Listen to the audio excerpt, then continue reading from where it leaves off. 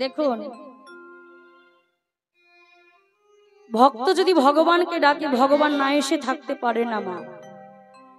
তবে ভক্তকে ভক্ত হওয়ার মতো হতে হবে। আমরা অনেকেই বলি গলায় মোটা মোটা তুলসীর মালা পরি, ললাটে তিলক সেবা করি, আমি বড় ভক্ত হয়ে গেছি। না, কি গো মায়েরা, শুধু গলায় মোটা মোটা তুলসীর মালা ললাটে তিলক সেবা করলে ভক্ত হওয়া যায়? ভক্ত হতে গেলে আগে নিজের আচরণটাকে ঠিক করতে হবে। ভক্ত কাকে বলে? ভকত, এই তিনটি অক্ষর দ্বারা ভক্ত কথাটি গঠিত। ভকারী ভববন্ধন করিয়াছে দন, ককারী কামনা বাসনা দিয়ে বিসর্জন, তকারী তন্ময় হইয়া ভাসে কৃষ্ণ প্রেম রাশি, তাহাকে ভক্ত বলে শ্রীমুখ প্রকাশ।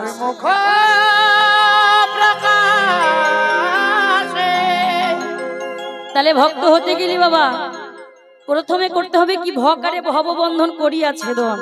এই যে আমরা ভববন্ধন, আমরা কি করি বাবা? সারাটা জীবন শুধু আমার আমার আমার আমার করে গেলাম। ও মায়েরা, এই যে গাড়ি আমার, বাড়ি আমার, বউ আমার, ছেলে আমার, আমি কার বলতে পারো? আমি কার? গাড়ি আমার, বাড়ি আমার, বউ আমার, ছেলে আমার, নাতি আমার, তাহলে আমি কার? শাস্ত্রে কি বলছেন? ভাবছো বসে চলবে কি? সে তুমি ভাববার কি? যার ভাবনার সে ভাবে, তুমি ভাবো তাকে। তুমি তাকে ভাবো যে তোমার কথা ভাবে। কিন্তু আমরা সারাটা জীবন শুধু আমার আমার করে গেলাম। এই যে সংসার, ও মায়েরা, এই সংসার কি আমার? সংসার আপনাদের না। সংসার কার? সংসার তার। আর তার সংসারে আমরা দুদিনের অতিথি হয়ে এসেছি মা। এই সংসারকে যতদিন আপনি দিতে পারবেন, সংসারের জন্য যতদিন কর্ম করতে পারবেন, দুটি টাকা উপার্জন করতে পারবেন, দেখবেন সংসারে আপনার মূল্য আছে। মায়েরা দেখবেন ওই বৌমাদের হাতে হাতে যতদিন রান্না করে দেবেন, কাপড় কেচে দেবেন, ঘর মুছে দেবেন, বাটনা বেটে দেবেন, দেখবেন সংসারে মায়েদের মূল্য আছে। আর বাবারা সকাল হতে না হতে থলি ভর্তি বাজার করে সংসারে দিয়ে নানান কাজ যখন বাবারা করে দেবেন, দেখবেন সংসারে বাবাদের মূল্য আছে। তাহলে যতদিন এই সংসারকে আপনি দিতে পারছেন ততদিন সংসার আপনার। এই দেহটা যতদিন সচল কর্ম করে ক্ষমতা আছে, দক্ষতা আছে, ততদিন সংসারে মূল্য আছে। আজ এই দেহটা অচল হয়ে যাক, কর্ম করার ক্ষমতা হারিয়ে যাক, 10 দিন অসুস্থ হয়ে বিছানায় পড়ে থাকুন, দেখবেন সংসার আপনাকে কতটা ভালোবাসে। তাহলে মা, যে সন্তানকে আপনি 10 মাস 10 দিন গর্ভে ধারণ করছেন, সেই সন্তানই পিতামাতা বলে পরিচয় দিতে লজ্জা পাচ্ছে। আমার গৌর সুন্দর বলছে, গো কলির জীব, যেটা তোমাদের নয় সেটা তোমরা তার পেছনে ছুটে বেড়াচ্ছ, আর যেটা তোমার সেটা তো তোমরা ধরতে চাইছো না। আমরা মিথ্যা ধনের পেছনে ছুটে বেড়াই মা, আসল রত্ন চিনতে পারি না। তো এই যে আমার গৌর সুন্দর নবদ্বীপের মাঝে আজকে কলির ভক্তের আহ্বানে শ্রীধাম নবদ্বীপের মাঝে আবির্ভাব হলেন। কোথায় না? শ্রীধাম নবদ্বীপের মাঝে। কেন আবির্ভাব হলেন? এই আপনাদের মতো আমাদের মতো কলির জীবকে উদ্ধার করার জন্য তিনি নদিয়ার মাঝে গৌর হয়ে এসেছেন। তাহলে যে নদিয়ার মাঝে আমাদের গৌর সুন্দর এসেছেন, এই কলিযুগের ভগবান, সেই গৌর হরিকে আমরা এই হরিবাসরে আনবো বাবা। একটু উলুর ধ্বনি জয়ের ধ্বনি করবেন। আমরা মহাপ্রভু গৌর সুন্দরকে আগে হরিবাসরে আহ্বান করব, তারপরে লীলা প্রবেশ করব। মায়ের একটু উলুর ধ্বনি জয়ের ধ্বনি করবেন। আমার গৌর এলো রে,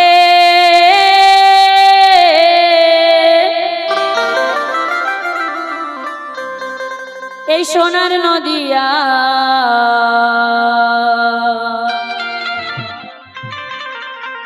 উলুর ধ্বনি হরির ধ্বনি শব্দ শোনা যায় আমাদের গৌর এলো রে। হাত তুলে নিতাই গৌর হরি বল, হরি বল।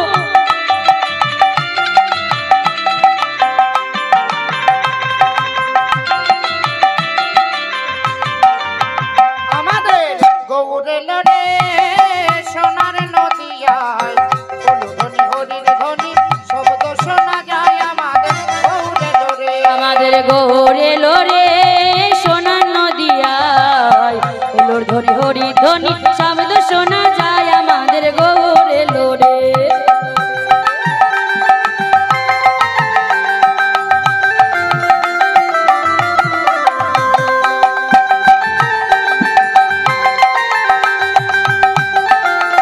হরি বল হরি বল হরি বল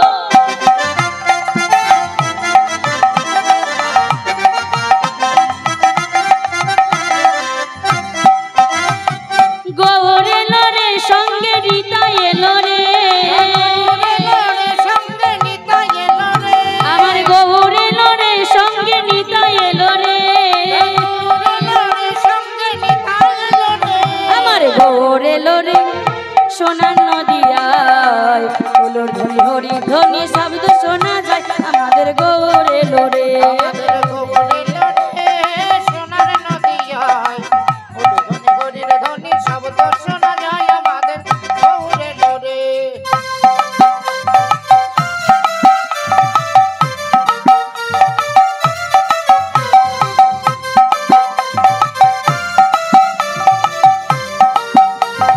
হরি বল হরি বল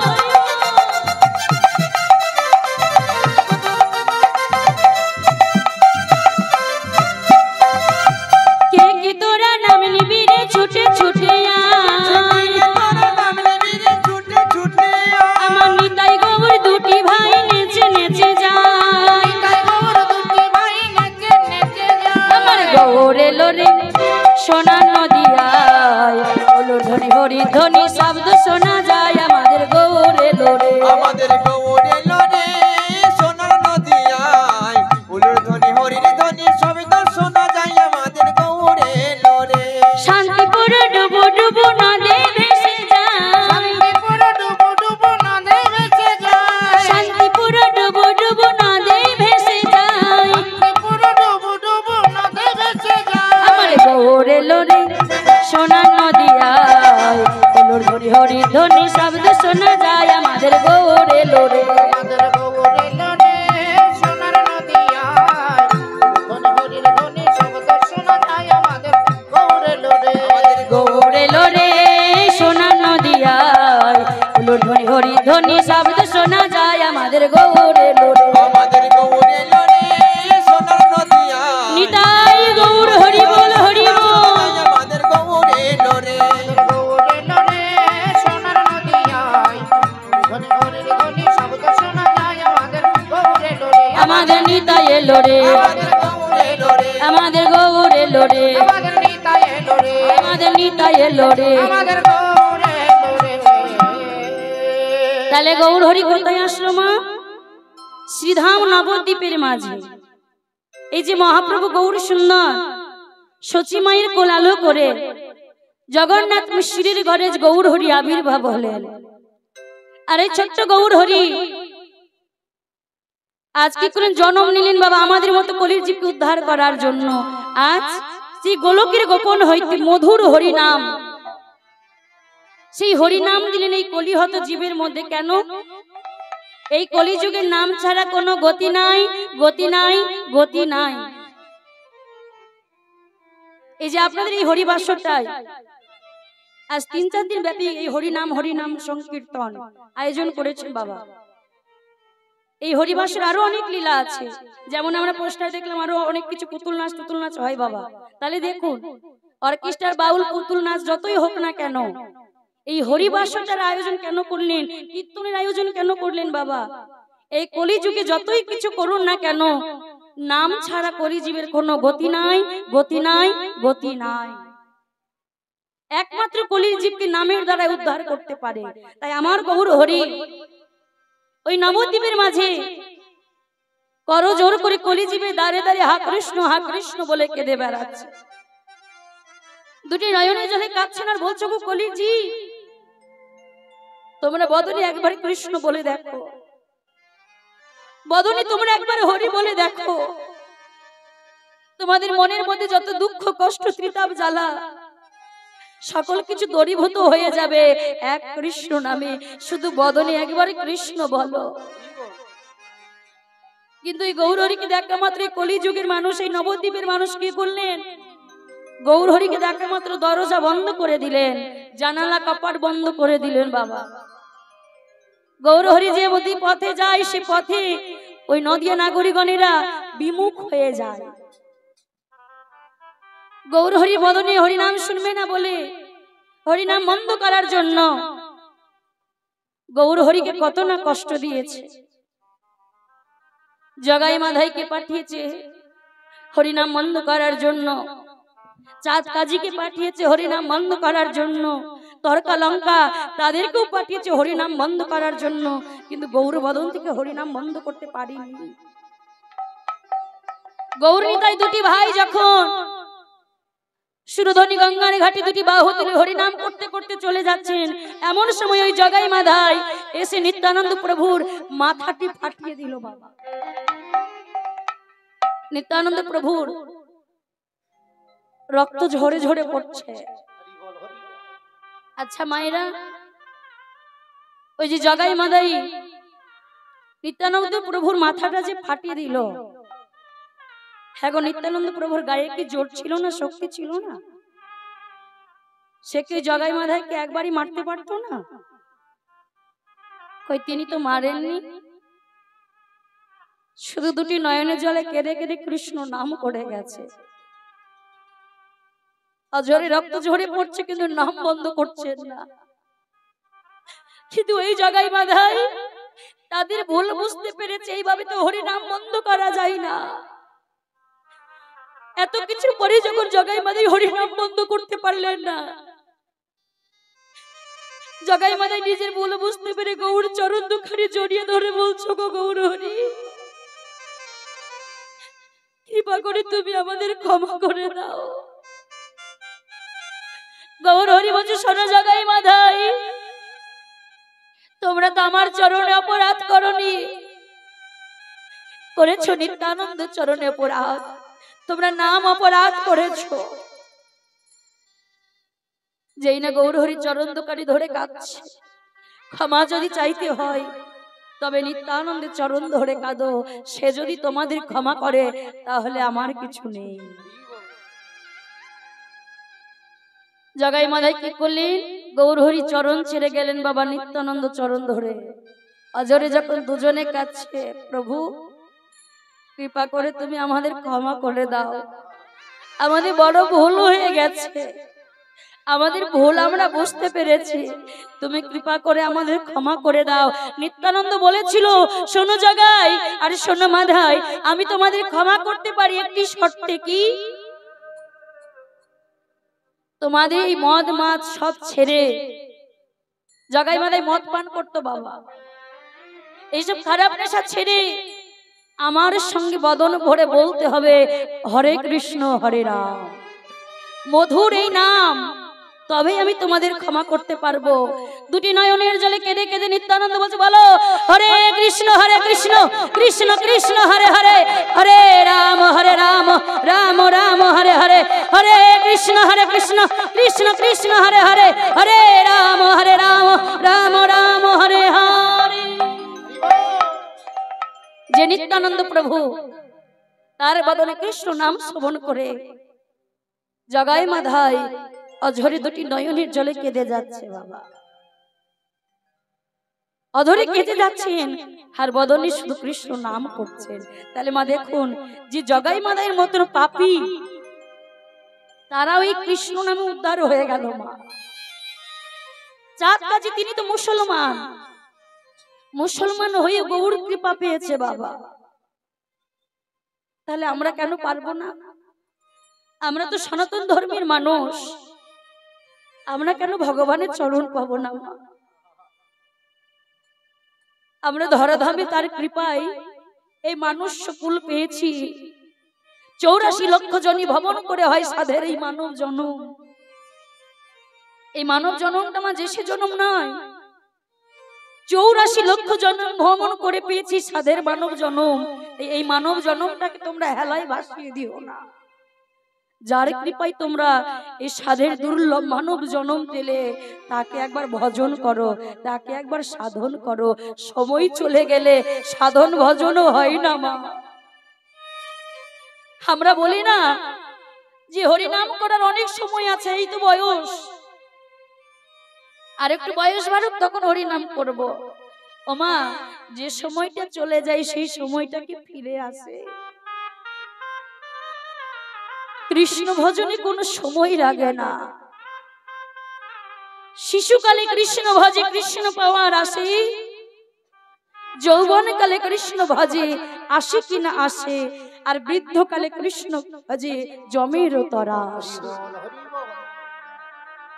দেখুন, আমরা শিশুকালে কৃষ্ণ ভজন করলাম না, যৌবনকালে কৃষ্ণ ভজন করলাম না, আর বৃদ্ধ বয়সে যদি হরি হরি করি, হরি কি আসবে না? হরি আসবে না। বৃদ্ধ বয়সে ঠিক মতো আমরা ভালোর সঙ্গে কথা বলতে পারি না। কেন? বয়স বেড়ে গেলে দেখবেন বয়স্ক মানুষের কথা বেড়ে যায়, কেন? দাঁতগুলো ঝরে পড়ে যায়, পরিষ্কার কথা বেরোয় না। হরে কৃষ্ণ বলতে গিয়ে বেরিয়ে যায় হরে কৃষ্ণ, হরি বল, হরি বল। তাহলে তুমি যদি ভগবানকে সঠিকভাবে ডাকতেই না পারো, সেই ডাক ভগবানের কাছে পৌঁছাবে কি করে? আর ভগবান যে যৌবন কালটাকে বড় ভালোবাসে, আর আমরা শিশুকাল খেলা খেলা খেলা খেলা করে কাটিয়ে দিলাম, যৌবন কালে রসে মেতে থাকলাম, আর বৃদ্ধ বয়সে হরি ভজন করলে হরি আসবে না মা, হরি আসবে না। আজ আমার গৌরী সুন্দর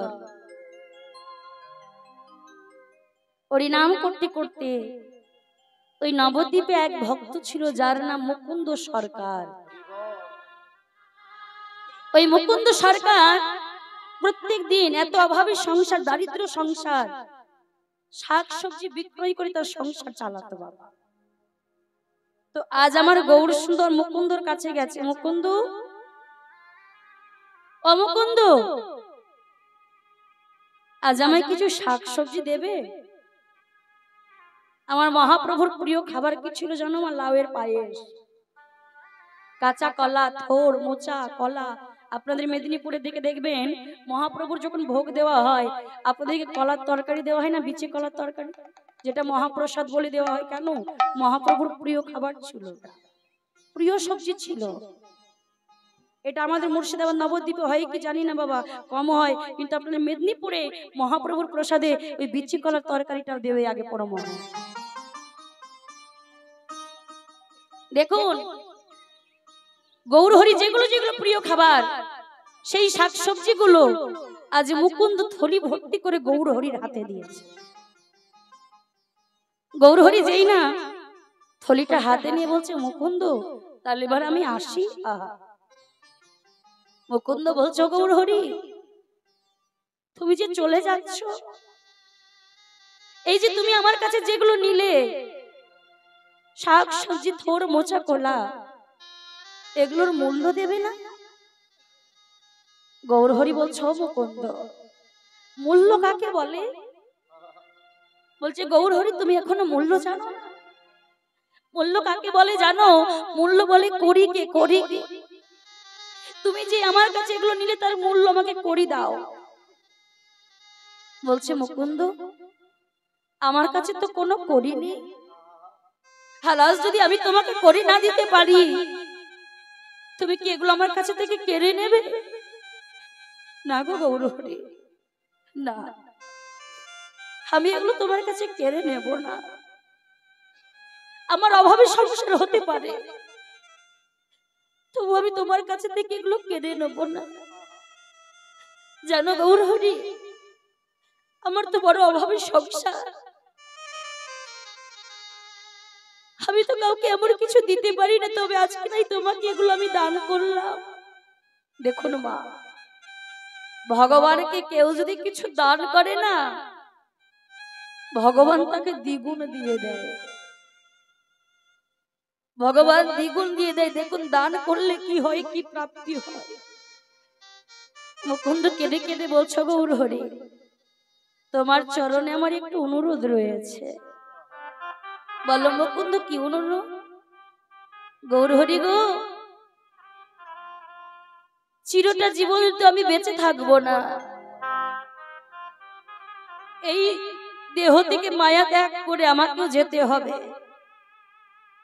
তো গৌরহরি, যেদিন আমার এই খাঁচার ভেতর থেকে প্রাণ ভমরাটা বার হয়ে যাবে, যেদিন আমার নিঃশ্বাসটা বন্ধ হয়ে যাবে, যদি নয়নে দুটো দাঁড়াইয়ে যাবে, সেদিনে গৌরহরি যাবার সময় সবাই যখন আমায় খাটিয়ায় বেঁধে ফুল চন্দন দিয়ে সাজিয়ে নিয়ে যাবে আর বলবে, বলো হরি, বলো হরি, বলো হরি।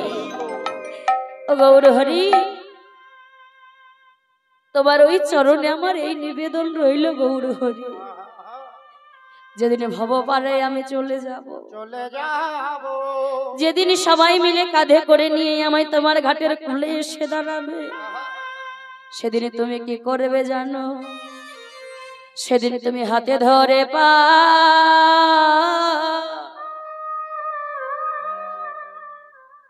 হাতে ধরে পারে করে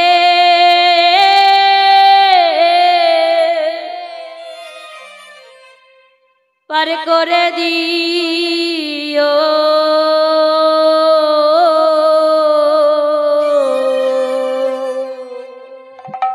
গৌর হরি হে।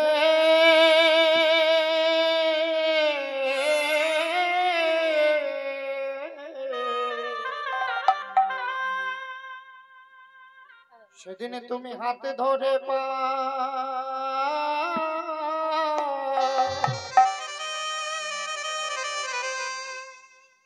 পার করে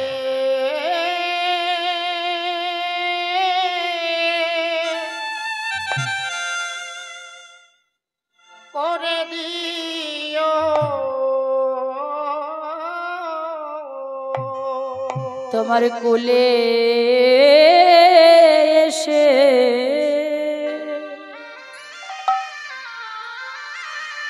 কোলে এসে দাঁড়া ইব,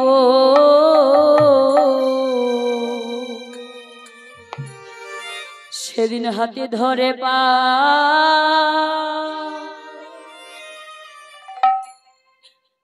হাতে ধরে পারে করে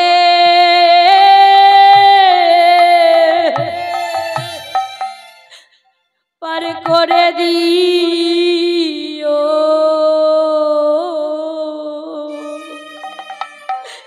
নিতাই গৌর হরি বলো। ঘাটের কুলে এসে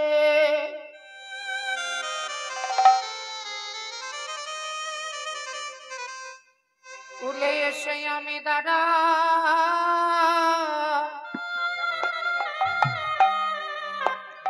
দাঁড়াইব, ওহে আমার গৌর হরি, সেদিন হাত ধরে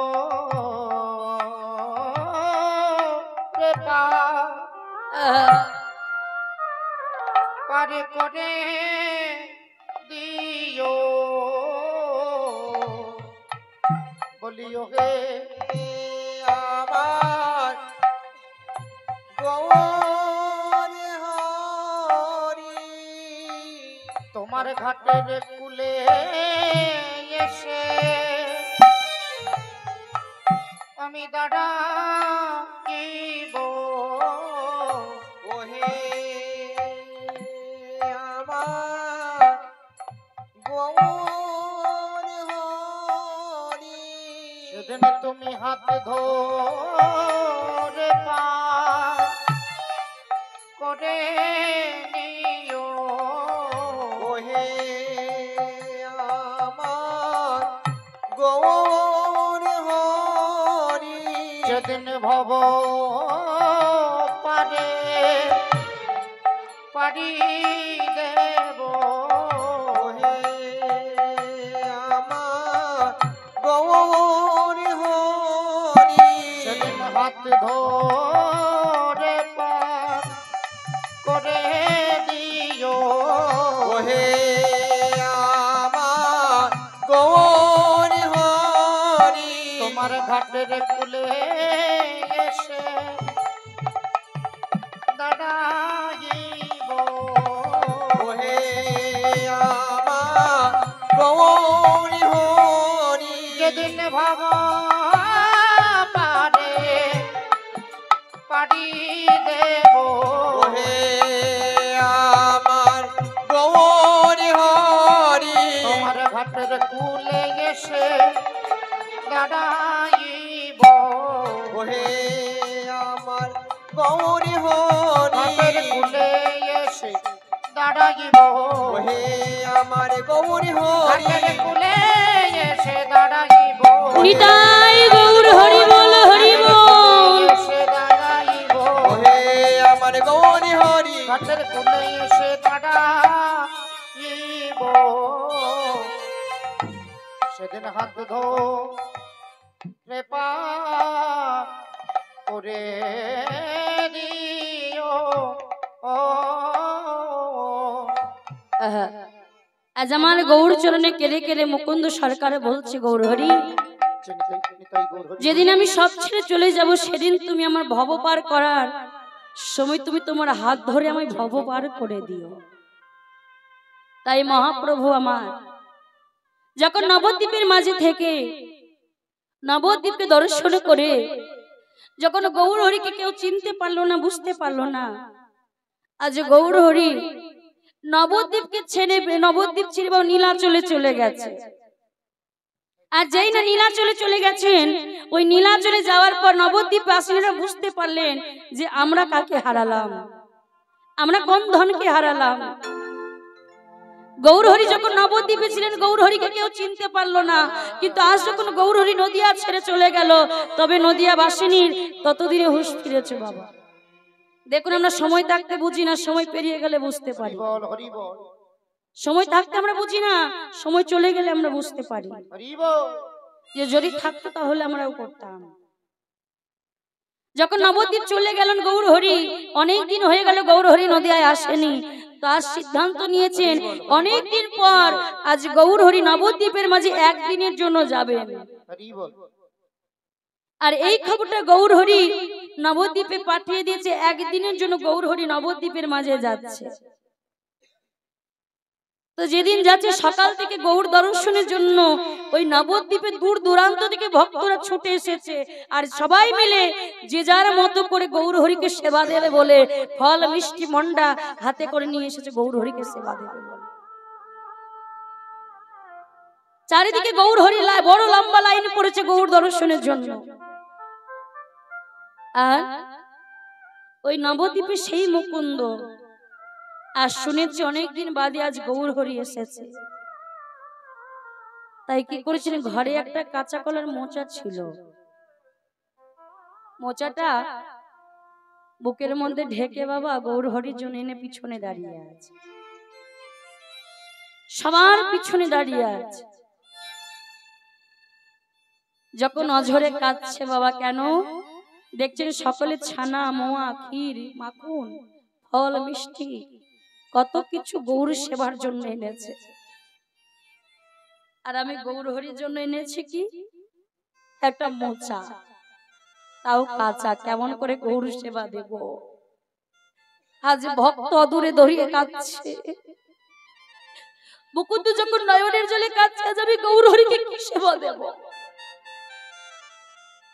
দেখুন, ভগবান সব সইতে পারেন, দুটি জিনিস সইতে পারে নাকি, এক ভক্তের অহংকার আর দ্বিতীয় ভক্তের নয়নের জল। কোন ভক্ত যদি নয়নের জলে কেঁদে ভগবানকে ডাকতে পারে, ভগবান যে সেই ভক্তির থেকে দূরে থাকতে পারে না বাবা। আজ গৌরহরি নিত্যানন্দকে বলছি, ভাই আদরে দেখো আমার এক ভক্ত মুকুন্দ দাঁড়ায় কাঁদছে, যাও সবার আগে তুমি মুকুন্দ সরকারকে আমার কাছে নিয়ে এসো। গৌরহরির আদেশ অনুযায়ী নিত্যানন্দ গেছে বাবা মুকুন্দর কাছে। মুকুন্দ চলো চলো, তোমায় গৌরহরি ডেকে পাঠিয়েছে। হে কি বলছো গৌরহরি? গৌরহরি আমায় ডেকেছে? এত ভক্ত দাঁড়াই আছে, কত ভালো ভালো গৌরী সেবার জন্য ফল মিষ্টি মন্ডা এনেছে, আর গৌরহরি কি না আমাকে ডেকেছে? সত্যি বলছো? বলছে হ্যাঁ গো মুকুন্দ, গৌরহরি তোমাকেই ডেকেছে। তাড়াতাড়ি করে ওই মুকুন্দ গৌর চরণে কি লুটাই পড়ে বলছে গৌরহরি, ও হে গৌরহরি, গৌরহরি, গৌরহরি, গৌরহরি, ও হে গৌরহরি। তুমি বড় কৃপাময় গৌরহরি, বড় করুণাময়। যেই না দুটি নয়নের জলে কাঁদছে। মুকুন্দ কেঁদো না গো, কেঁদো না মুকুন্দ, তুমি কেঁদো না। আজ যে তুমি আমার কাছে এসেছো, তুমি কেঁদো না।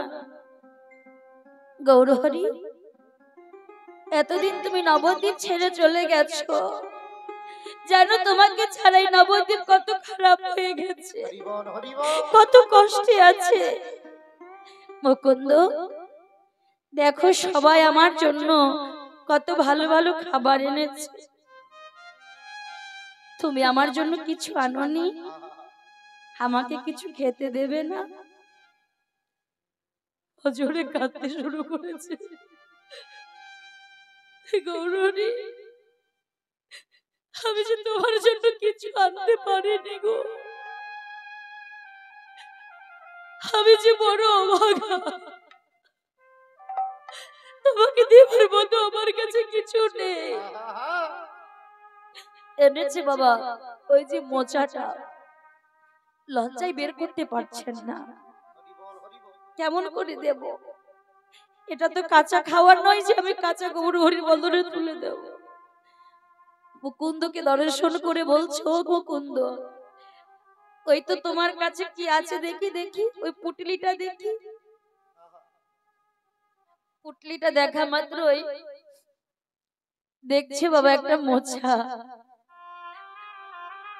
যেই না মোচাটা দর্শন করেছে, ও মুকুন্দ এই জন্য তুমি কাঁদছো?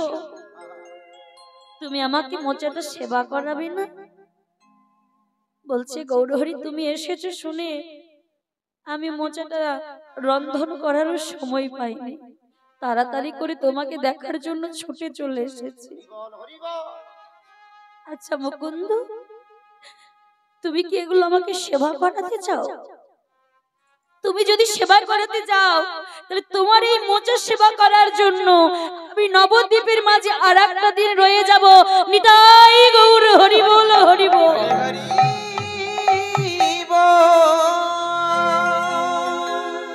যেই না আমার ওই মুকুন্দ সরকারের মোচা সেবা করার জন্য শুধু গৌরহরি থাকেনি মা, ওরকম ভক্তর জন্য ভগবান সবসময় অপেক্ষা করেন। কোন ভক্ত যদি ভগবানকে ভালোবেসে এক ধাপ এগিয়ে যায়, ভগবান সেই ভক্তের কাছে আরো 3 ধাপ এগিয়ে আসে। কোন ভক্ত যদি ভগবানকে একবার ডাকে, ভগবান সেই ভক্তকে আরো 3 বার ডাকে, এসো এই পথে এসো। তো আজ আমার গৌর সুন্দর দুটি নয়নের জলে কাঁদছে।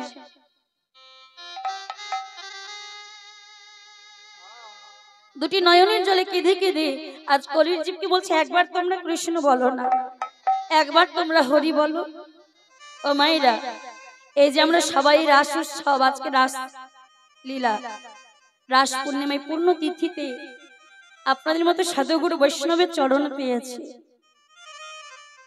আপনাদের মতো বৈষ্ণবের চরণ মস্তকে নিয়ে আজকের এই পূর্ণিমা তিথিতে চলুন আমরা সবাই মিলে দুটি বাহু তুলে একবারে সেই হরি নাম আমরা গাই। কি আমরা সবাই মিলে একসঙ্গে গাইতে পারি না? সবাই মিলে দুটি বাহু তুলে একসঙ্গে বলবো, হরি নামে একেবারে বলো না, কৃষ্ণ নামে একবার বলো না, এই হরি নাম জপয় বিরাম, এই নাম জীবনের সাধনা। ও নিতাই গৌর হরি বল হরি বল। কৃষ্ণ নাম একবার বলো না, হরি বল। এই হরি নাম জপয় বিরাম, হরি নাম জীবনের সাধনা।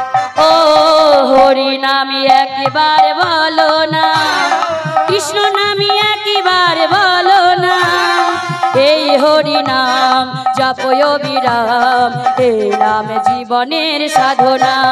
একটু উলুর ধ্বনি, জয়ের ধ্বনি। একবার বলো না, কৃষ্ণ নাম একবার বলো না, এই হরি নাম জপয় বিরাম, হরি নাম জীবনের সাধনা।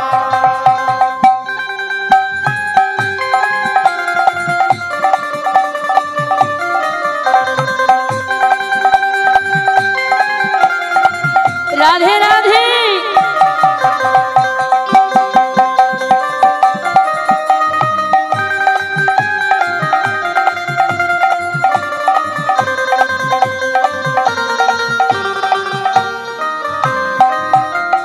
পৃথিবীতে সব কিছু থাকবে, একদিন তুমি চলে যাবে। পৃথিবীতে সব কিছু থাকবে, একদিন তুমি চলে যাবে। এই পৃথিবীতে সব কিছু থাকবে, একদিন তুমি চলে যাবে। পৃথিবীতে সব কিছু থাকবে, একদিন তুমি চলে যাবে। বিষয় বাড়ি সুন্দর নারী, বিষয় বাড়ি সুন্দর নারী, ওই বিষয় বাড়ি সুন্দর নারী, বিষয় বাড়ি সুন্দর নারী, সঙ্গে কিছু যাবে না। হরি নাম একবার বলো না, কৃষ্ণ নাম একবার বলো না, এই হরি নাম জপয় বিরাম, এই নাম জীবনের সাধনা। হরি বল হরি বল হরি বল।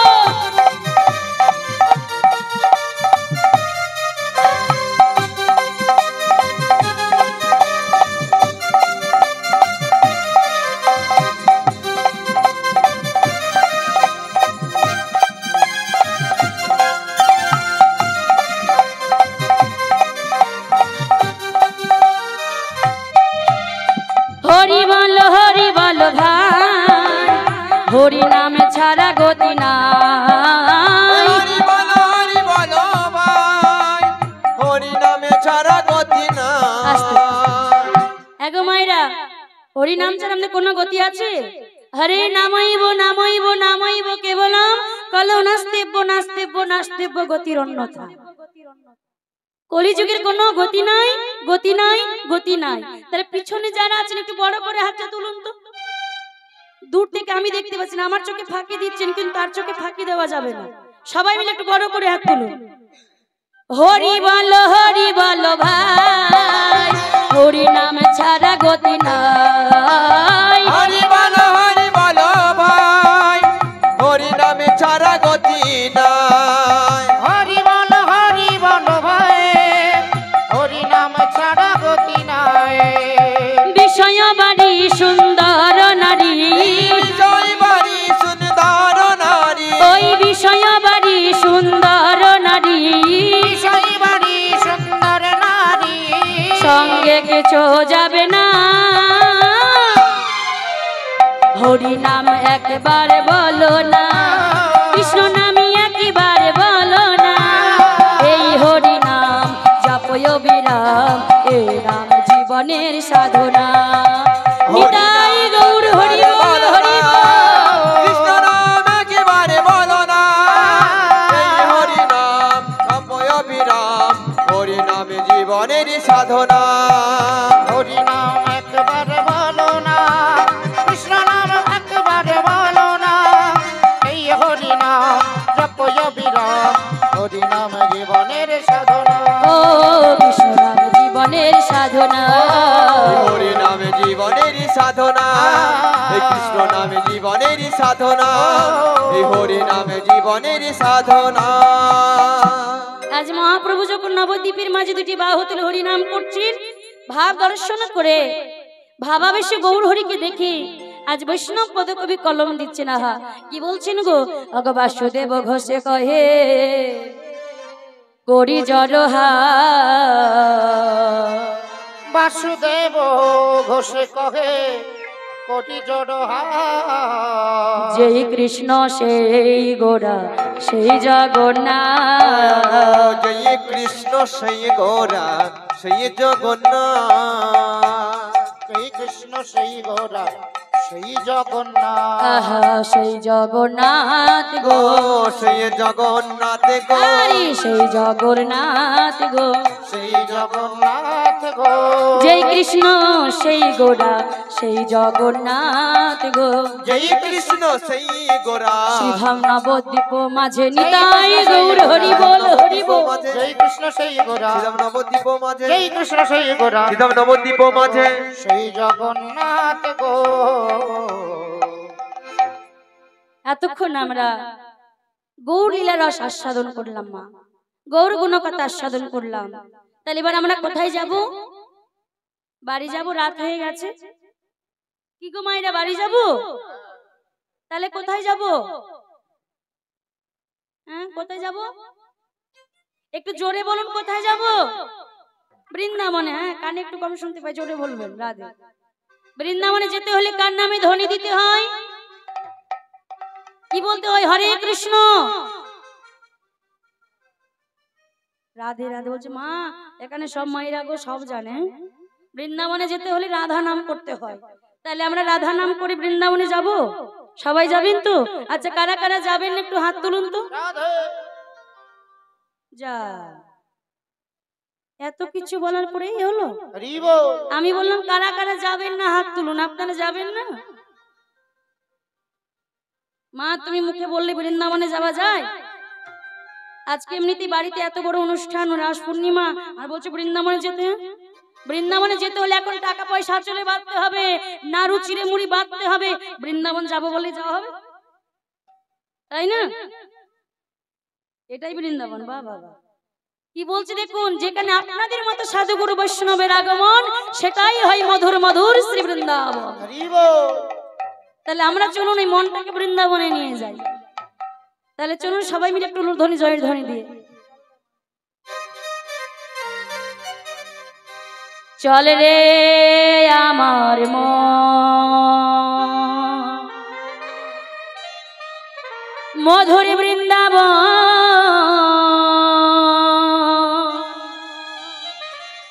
যমুনার ধারে ধারে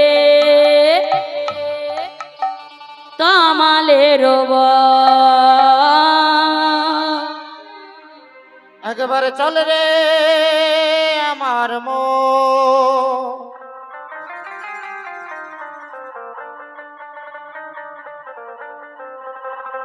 মধুর বৃন্দাবন,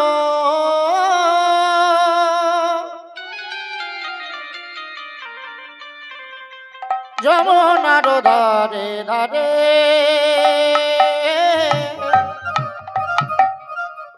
কামালের একবার চল রে আমার মন মধুর বৃন্দাবন, যমুনার ধারে ধারে কামালের বন। নিতাই গৌর হরি বল হরি বল। মধুর বৃন্দাবন, যমুনার ধারে ধারে কামালের বন।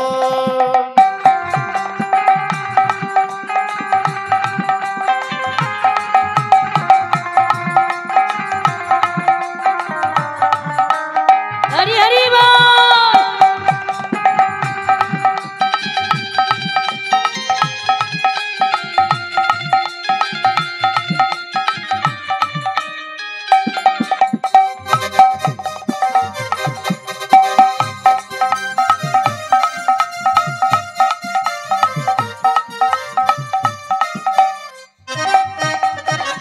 শ্যামী কুণ্ড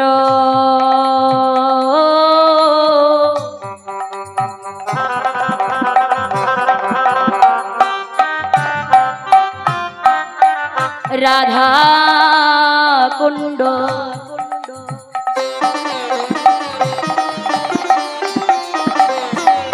গিরি গোবর্ধন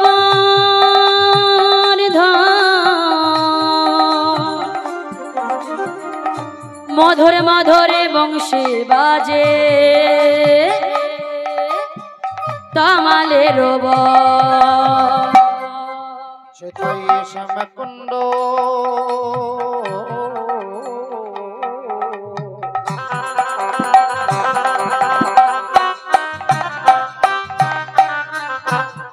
রাধা কুণ্ড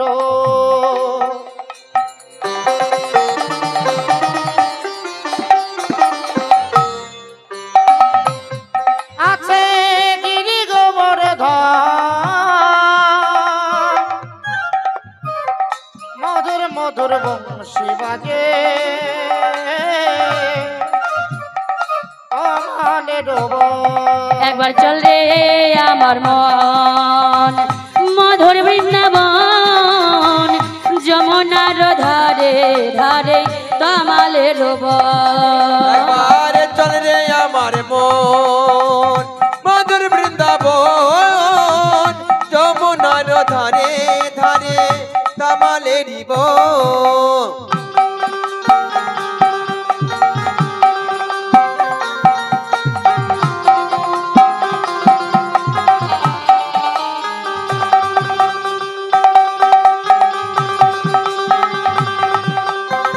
হরি হরি বল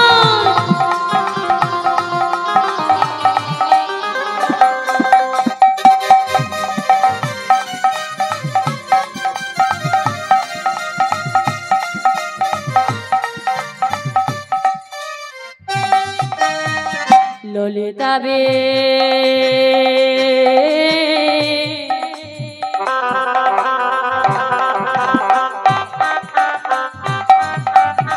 শাখা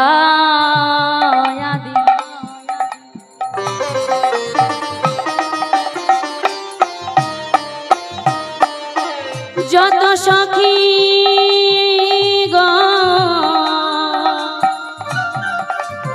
শ্রীদামে সুদামে দাম্ব সুদা যত রাখাল গো সেথায় ললিতাবি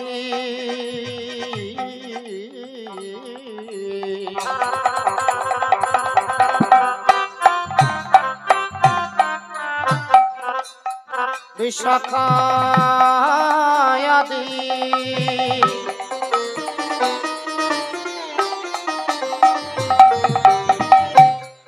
আছে যত সখী গা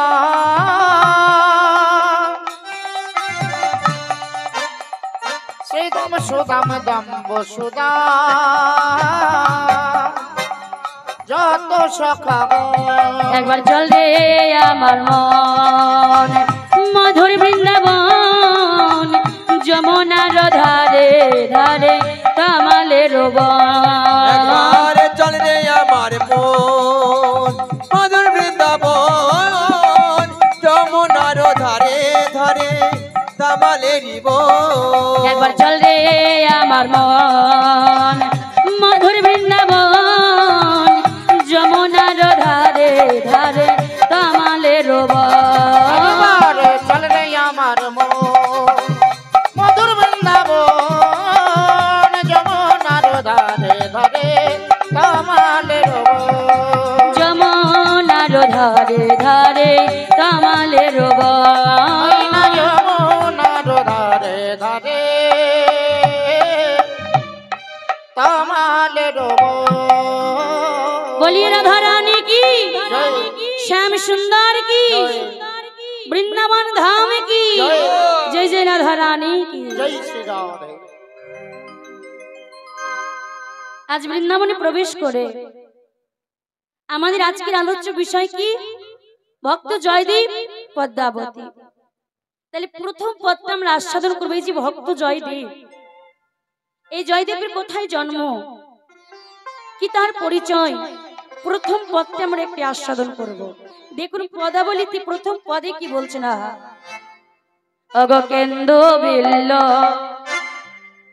নামে গ্রাম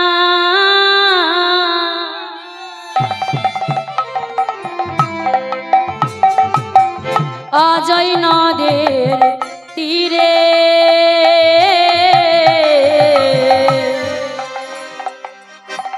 কেন্দ্র বেল্ল নামে গ্রাম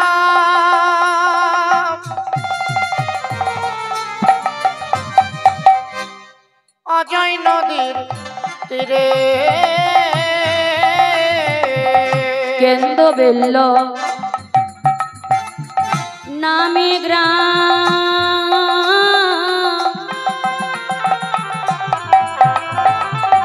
অজয় নদের তীরে কেন্দ্র বেল্ল নামে গ্রাম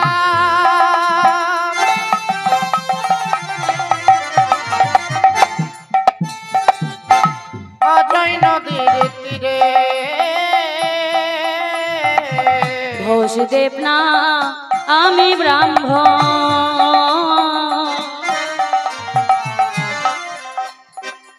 তথাই বাস করে ভোজ দেবে নামে ব্রাহ্মণ তথায় বাস করে অতি নিষ্ঠা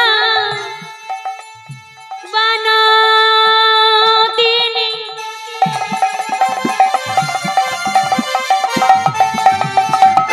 ধার্মিক সমাজ অতি নিষ্ঠাবান তিনি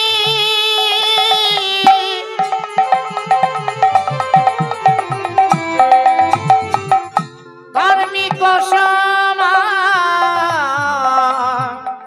অতি নিষ্ঠা বান তিনি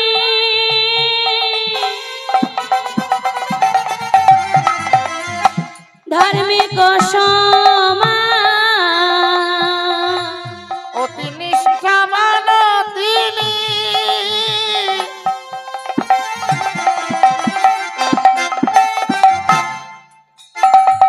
ধার্মিক সমাজ বামা দেবী নামে পত্নী অতি পূর্ণবান বামা দেবী নামে পত্নী অতি পুণ্যবান আজ জয়দে পাশি জন্ম নিল জয়দেবাসী জন্ম নিল জয়দে পাশি জন্ম নিল জয় দেবাসী জন্ম নিল ভারত ভূমি ধন্য হলো জয়দে পাশি জন্ম নিল এই ভারত ভূমি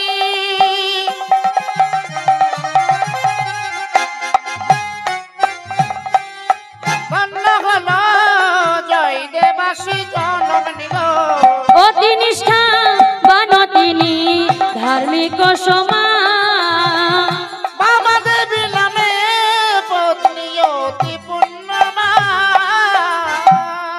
এই যে জয়দেব এই জয়দেবের কোথায় জন্ম মা বীরভূম জেলার কেদুলির গ্রামে এই জয়দেবের জন্ম পিতার নাম কি ভোজদেব গোস্বামী মায়ের নাম বামা দেবী এই ভোজদেব গোস্বামী ও বামা দেবী তারা অতি নিষ্ঠা ভক্তিবান ছিলেন বাবা জয়দেব যখন তাদের ঘরে আসেনি ওই জয়দেবের মা বামা দেবী সবসময় ভগবানের আরাধনা করত ভাগবত পাঠ শ্রবণ করত ভাগবত গ্রন্থ পাঠ করত ভালো ভালো গ্রন্থ শ্রবণ করত বাবা দেখুন যার মা এত ভক্তিমতী তার সন্তান কি কখনো খারাপ হতে পারে মা দেখুন মাটি যদি ভালো হয় ফসল ভালো হবে কি বাবা ভালো মাটিতে ফসল ভালো হয় না মাটি ভালো হলে ফসল ভালো হয় আর মাটি ভালো হলে সন্তানও ভালো হয় আর মা যদি 10, 12, 6, 15 জানে মা সন্তান তো তার থেকে বেশি জানবে তাই না তাহলে কোনো ভক্তিমতী মা সবসময় ভগবানের চরণে যদি আরাধনা করে তার গর্ভে কখনো খারাপ সন্তান হয় না। যে বামা দেবীর কোল আলো করে আসলেন কি জয়দেব। দেখুন তাদের কৃষ্ণ ভক্ত, বড় ভক্তমতী মা। আর ওই যে বললাম যারা কৃষ্ণ ভক্ত হয় ভগবান বেশি করে তাদেরকে বেশি কাঁদায়। ভগবান নিজ মুখে বললেন, যে করে আমার আশ সর্বপ্রথমে করি তার সর্বনাশ, তথাপিও যদি না ছাড়ে আমারও পাশ, আমি হয়ে যাই সেই ভক্তির দাসের অনুদাস। যে ভক্ত যত ভগবান ভগবান করে ভগবান সেই ভক্তকে তত দুঃখ দেয়। যে ভক্ত যত কৃষ্ণ কৃষ্ণ করে ভগবান সেই ভক্তকে তত দুঃখ দেয়। কেন? ভগবান ঘষে মেজে দেখে নেয় যে আমার ভক্ত কতটা কষ্ট সইতে পারে, কতটা দুঃখ সইতে পারে। আজ ভগবান ভক্তকে পরীক্ষা করছেন কেমন করে দেখুন মা। আর জয়দেবের যখন 4 বছর বয়স, হঠাৎ করে জয়দেবের মা বড় অসুস্থ হয়ে পড়লেন, বড় এক কঠিন রোগে ব্যাধিত হলেন। যখন জয়দেবের মা অসুস্থ হয়ে পড়লেন, বড় অভাবের সংসার, ভালো সুচিকিৎসা করাতে পারছে না মা। যখন অসুস্থ হয়ে পড়লেন, আর জয়দেবের মা জয়দেবের বাবার হাতটা ধরে বলছো, গো জয়দেবের বাবা আমার সময় শেষ হয়ে গেছে, আমি বুঝতে পারছি আমি আর বেশি দিন বাঁচবো না, তাই এক কাজ করো, আমায় কথা দাও তুমি আমাদের ছেলেটাকে ভালো করে লেখাপড়া শিখিয়ে মানুষের মতো করে তুলবে, উচ্চ শিক্ষায় শিক্ষিত করে একজন পণ্ডিত করে তুলবে। এই বলে স্বামীর হাতটা ধরেই বাবা জয়দেবের মা দেহ ত্যাগ করলেন, সাথে সাথে মারা গেলেন। ছোট্ট জয়দেবের মা যখন মারা গেলেন মা, ওই ছোট ছেলেটা পাড়ার মধ্যে খেলা করছিল, সে এত কিছু জানে না।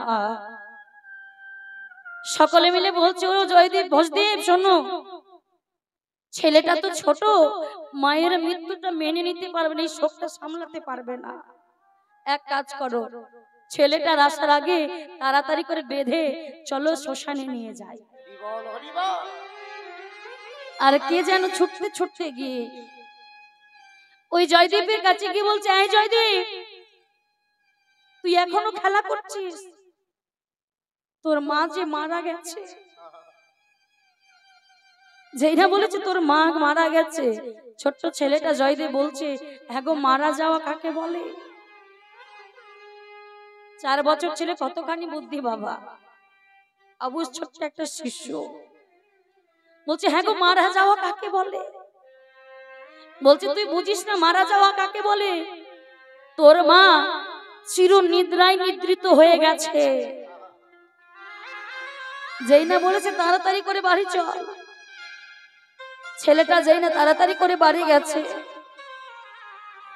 বাড়ি যেতে না যেতেই দেখছে তার মার দেহটাকে ফুল চন্দনে সাজিয়ে কাঁধে করে নিয়ে চলে যাচ্ছে। জয়দেব সবার পিছনে গিয়ে বলছে, দাঁড়াও তোমরা, একটুবার দাঁড়াও, একটিবার আমার মাকে নিচে নামাও, তোমরা আমার মাকে নিয়ে যেও না, দাঁড়াও। ছেলেটার কথাই কেউ শুনছে না মা। যখন ছেলেটা কাঁদতে কাঁদতে সবার পিছু পিছু যাচ্ছে, ওই জয়দেবীর মা বামা দেবীকে নিয়ে আসা হলো কোথায়? কদমখণ্ডির ঘাটে।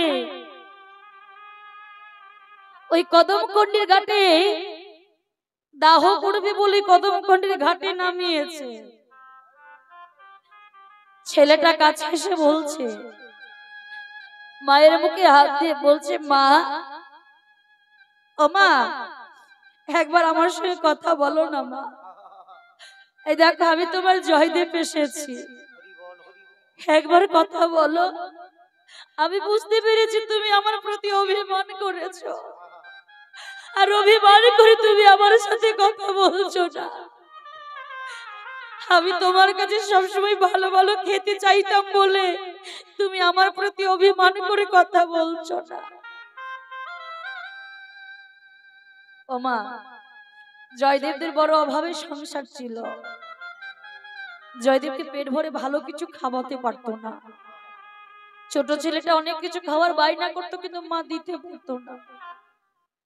তো আজ ছোট ছেলেটা মাকে বলছে, মা গো, আমি তোমার কাছে কোনোদিন আর ভালো কিছু খেতে চাইবো না, শুধু তুমি একবার আমার সঙ্গে কথা বলো, একবার আমাকে জয়দেব বলে ডেকে দেখো। মাকে জড়াই ধরে কাঁদছে, আর যেই না কাঁদছে মা, দেখবেন মা, এই সংসারে যার মা নেই তার আপন বলতে কেউ নেই। মা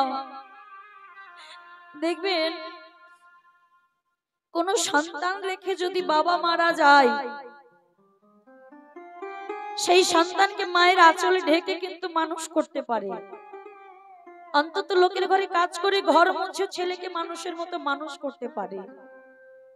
কিন্তু কোন সন্তান রেখে যদি মা মারা যায়, একজন বাবা কিন্তু সেরকম ভাবে মানুষ করতে পারে না। মা পারে না কেন? মায়ের কাছে থাকে স্নেহ ভালোবাসার কাঠি, আর বাবার কাছে থাকে শাসনের কাঠি। আর এই দুই কাঠি যদি একসঙ্গে না থাকে, সন্তানকে মানুষের মতো মানুষ করা যায় না। তাই দুজনকে প্রয়োজন। ছেলেটা যখন কাঁদছে আর বলছে, মা একবার মা বলে ডাকো, বলো বলো, যার মা নাই তার কেহ নাই।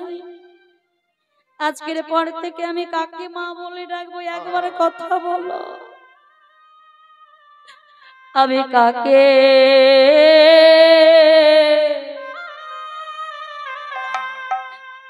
কাকে মা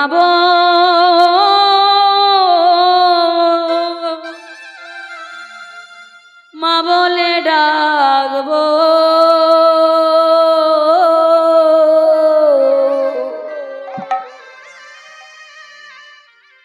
বলো বলো, আমি আর কাকে মা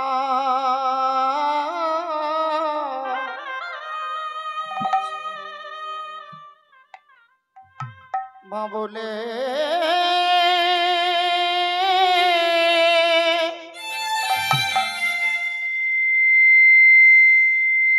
মা বলে ডাকবো। যার মা নাই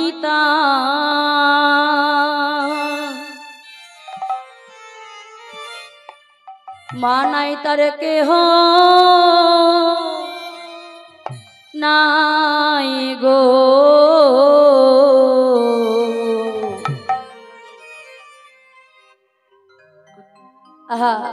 আমি আর কাকে, যার মা নেই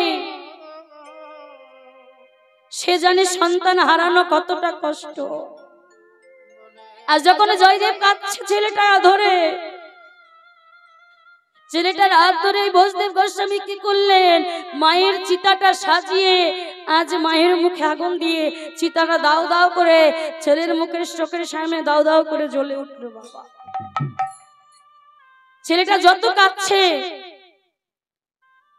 এমন সময় ভোজদেব বলে উঠলেন, জয়দেব কাঁদিস না বাবা, কাঁদিস না। তোর মা ইহলোক ছেড়ে পরলোকে গমন করেছে। জয়দেব বলছে, বাবা কোন পথে গেলে পরলোকে যাওয়া যায় আমায় একটু বলবে? যেই না বলেছে কোন পথে গেলে পরলোকে যাওয়া যায়, খোকা মন কথা বলিস না। তোর মা আমাদের ছেড়ে চলে গেল, তুইও যদি চলে যাস আমি কি নিয়ে থাকবো? অমন কথা বলিস না খোকা। যেই না অঝরে কাঁদছে, তোর মা যখন মারা যায় আমার হাতটা ধরে বলেছিল, জয়দেবের বাবা আমাদের ছেলেটাকে তুমি মন দিয়ে লেখাপড়া শিখিয়ে পণ্ডিত করে তুলো। তাই জয়দেব, তুই যদি মন দিয়ে লেখাপড়া শিখে পণ্ডিত হতে পারিস, ওপর থেকে তোর মায়ের আত্মা দেখে শান্তি পাবে। বাবা আমি লেখাপড়া করলে আমার মা ভালো থাকবে? বলছে হ্যাঁ, তাহলে আমি মন দিয়ে লেখাপড়া করব। ছোট্ট ছেলেটার বয়স 4 বছর। দেখতে দেখতে যখন 6 বছর পূর্ণ হলো, ওই জয়দীপের বাবা ওই জয়দীপকে কি টোলে ভর্তি করলেন বাবা। টোল মানে পাঠশালা। এখনকার দিনে বাবা যেখানে সেখানে যে স্কুল কলেজ ছিল তখনকার দিনে ছিল না। ওই জয়দেবকে 7 মাইল পথ পায়ে হেঁটে টোলে পড়তে যেতে হতো। ছোট্ট জয়দেব পরনে ছিল বাবা একটা ধুতি, হাঁটুর নিচে উপর থেকে ছিল একটি ধুতি, আর অঙ্গে ছিল একটা ছেঁড়া গেঞ্জি। আর বাবা অনেক দূরের পথ হেঁটে যায়, একটু চিড়ে মুড়কি দিত বাবা, কত মাঝে খিদে পেরে ছেলেটা খাবে বলে। 2-4 দিন ভালো ছেলেটা পড়তে গেছে, আর যেই না 2-4 দিন পড়তে পড়তে ও যেতে হয় 7 মাইল পথ, তার মধ্যেখানে পড়ে একটা বড় বন, আর সেই বন পেরিয়ে জয়দীপকে যেতে হতো। তাজ যখন টোল থেকে ফিরছে, ওই বনমাঝি থেকে কে যেন মধুর সুরে বাঁশি বাজাচ্ছে। ছোট্ট ছেলেটা এই গভীর বনে বাঁশির ধ্বনি শুনে ভয় পেয়ে গেছে। যেই না বাঁশি শুনে ভয় পেয়ে ছুটতে ছুটতে বাড়ি এসে বলছে, বাবা বাবা আমি আর পড়তে যাব না, আমি আর কোনোদিন টোলে পড়তে যাব না। কেন রে জয়দীপ, কি হয়েছে? না বাবা আমি আর পড়তে যাব না। জানো আমি যে পথ ধরে প্রত্যেকদিন টোলে পড়তে যাই, ওই বন মাঝে কে যেন বাঁশি বাজায়, আর ওই বাঁশির ধ্বনি শুনে আমার বড় ভয় লাগে। বসদেব গোস্বামী দেখলেন ছেলেটা বড় ভয় পেয়েছে, আর ছেলেটা যদি ভয়টা না কাটানো যায় তাহলে ছেলে আর কোনোদিন পড়তে যাবে না। অমনি জয়দেবকে বলে উঠলে, এই জয়দেব এতে ভয়ের কিছু নেই। ওই বনমাঝি কি বাঁশি বাজায় জানিস? ওই বনমাঝি তোর এক বন্ধু থাকে যার নাম মধুসূদন, আর ওই মধুসূদনই বনমাঝি বাঁশি বাজায়। বলছে বাবা তুমি মিথ্যে কথা বলছো, আমি ভয় পাই বলে। বলছে না রে, কাল যখন তুই টোলে পড়তে যাবি ওই বনমাঝি তুই মধুসূদন মধুসূদন বলে ডাক দিবি, দেখবি তোর বন্ধু ডাকে সাড়া দেবে। আমায়েরা এই যে জয়দীপের বাবা সব কি সত্যি কথা বললেন? না, তিনি ছেলেটার ভয় কাটানোর জন্য বলেছেন। আর পরের দিন সকালবেলা তাড়াতাড়ি করে তৈরি হয়ে গেছে। কেন? আজকে বন্ধুর সঙ্গে দেখা হবে। প্রত্যেকদিন টোলে যাওয়ার সময় আগে বাবা তৈরি হয়ে বসে আছে। আর যেই না সেই বনমাঝে গিয়ে ডাকছে, মধুসূদন মধুসূদন মধুসূদন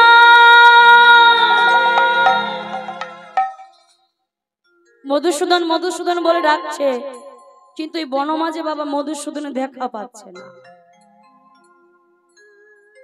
যেই না জয়দেব রেগে গিয়ে বলছে, বাবা মাকে মিথ্যে কথা বলেছে, আমার ভয়ের জন্য বাবা মা মিথ্যে কথা বলেছে। এই বনে কোনো মধুসূদন বলে কেউ থাকে না, আর এই বনে আমার বন্ধু বলেও কেউ থাকে না। তাই যেই না রাগ করে চলে যাবে, এমন সময় গোলকপতি ভগবান কৃষ্ণ মনে মনে বলছে, দেখো আজ যদি আমার ভক্তের বিশ্বাস যদি হারিয়ে যায় তাহলে তো ভক্তরা আমাকে ভালোবাসবে না।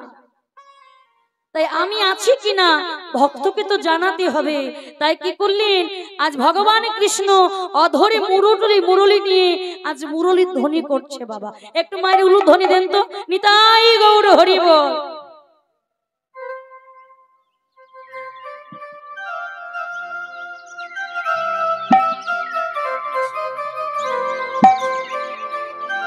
হরি বল হরি বল।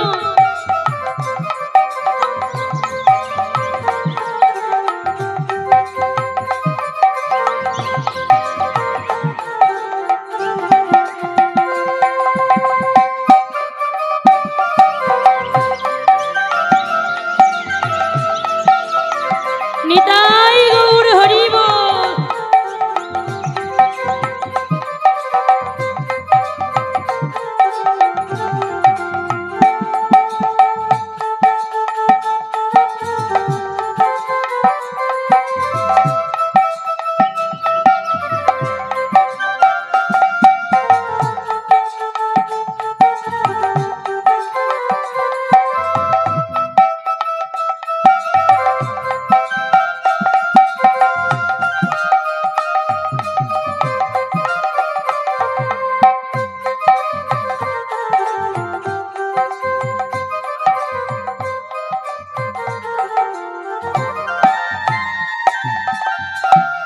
যেই না আমার কৃষ্ণ অধরে বাঁশিটা নিয়ে বাঁশি বাজিয়েছে বাবা, ওই যে বাঁশি শুনে বলছে আহা, যার বাঁশি এত সুন্দর, যার বাঁশির সুর এত সুন্দর, সে না জানি নিজে দেখতে কতই না সুন্দর। আজ কি করেছেন এবার বুঝতে পেরেছেন যে এই বনে কেউ আছে। ডাক দিতে শুরু করেছেন, মধুসূদন মধুসূদন।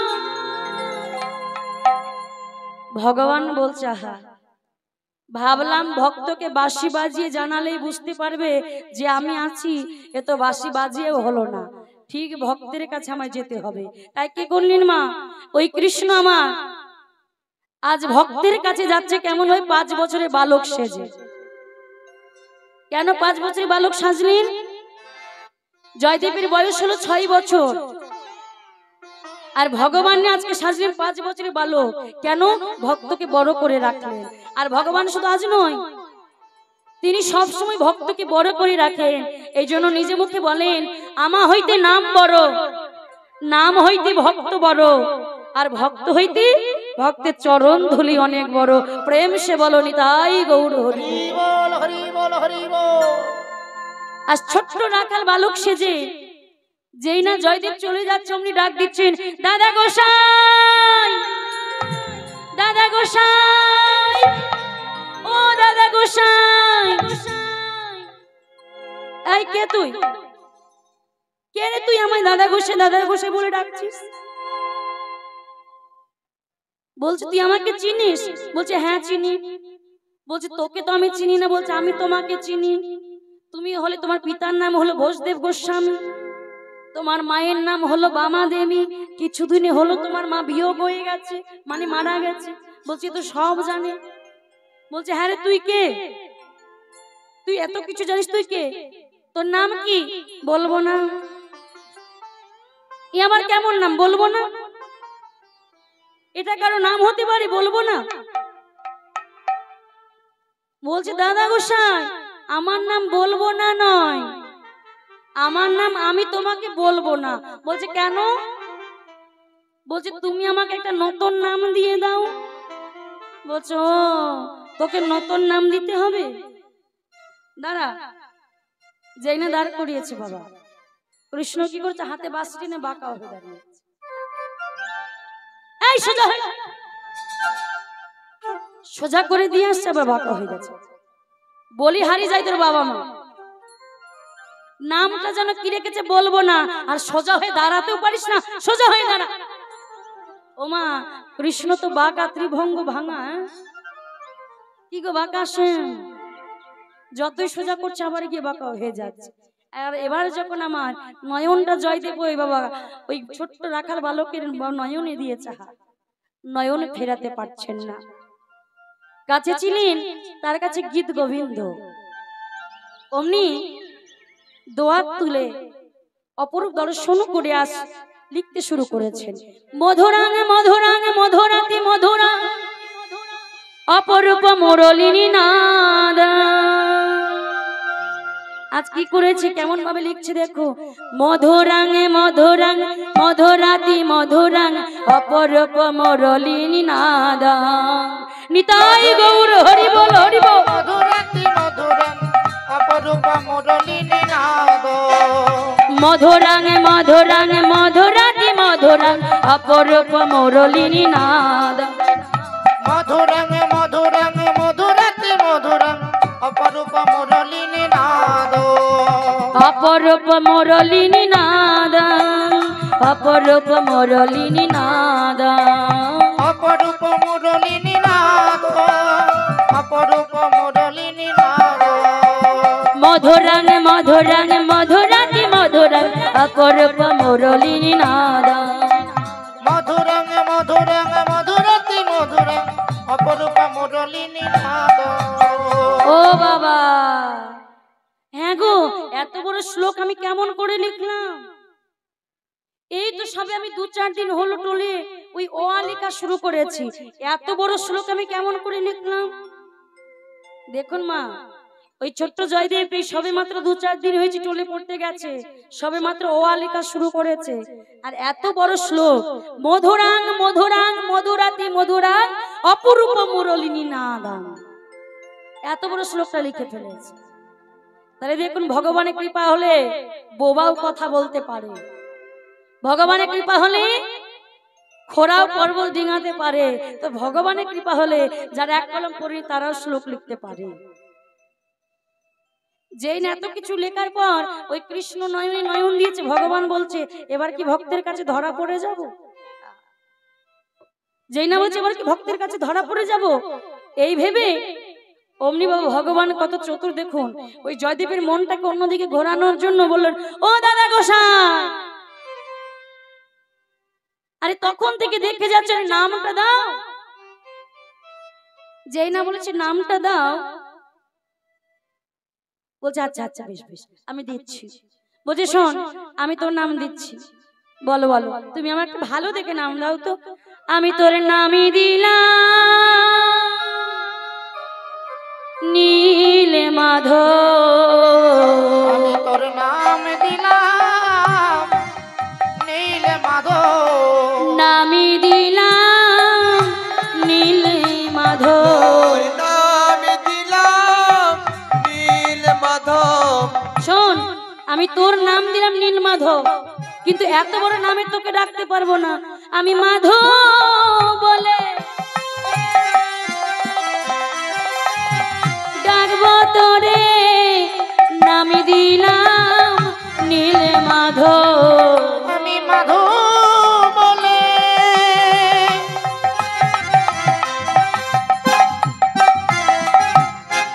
ডাকব তোরে, নাম দিলাম নীল মাধব, আমি তোর নাম দিলাম নীল মাধব, কিন্তু এত বড় নামে তোকে ডাকতে পারবো না, ছোট করে ডাকবো মাধব বলে।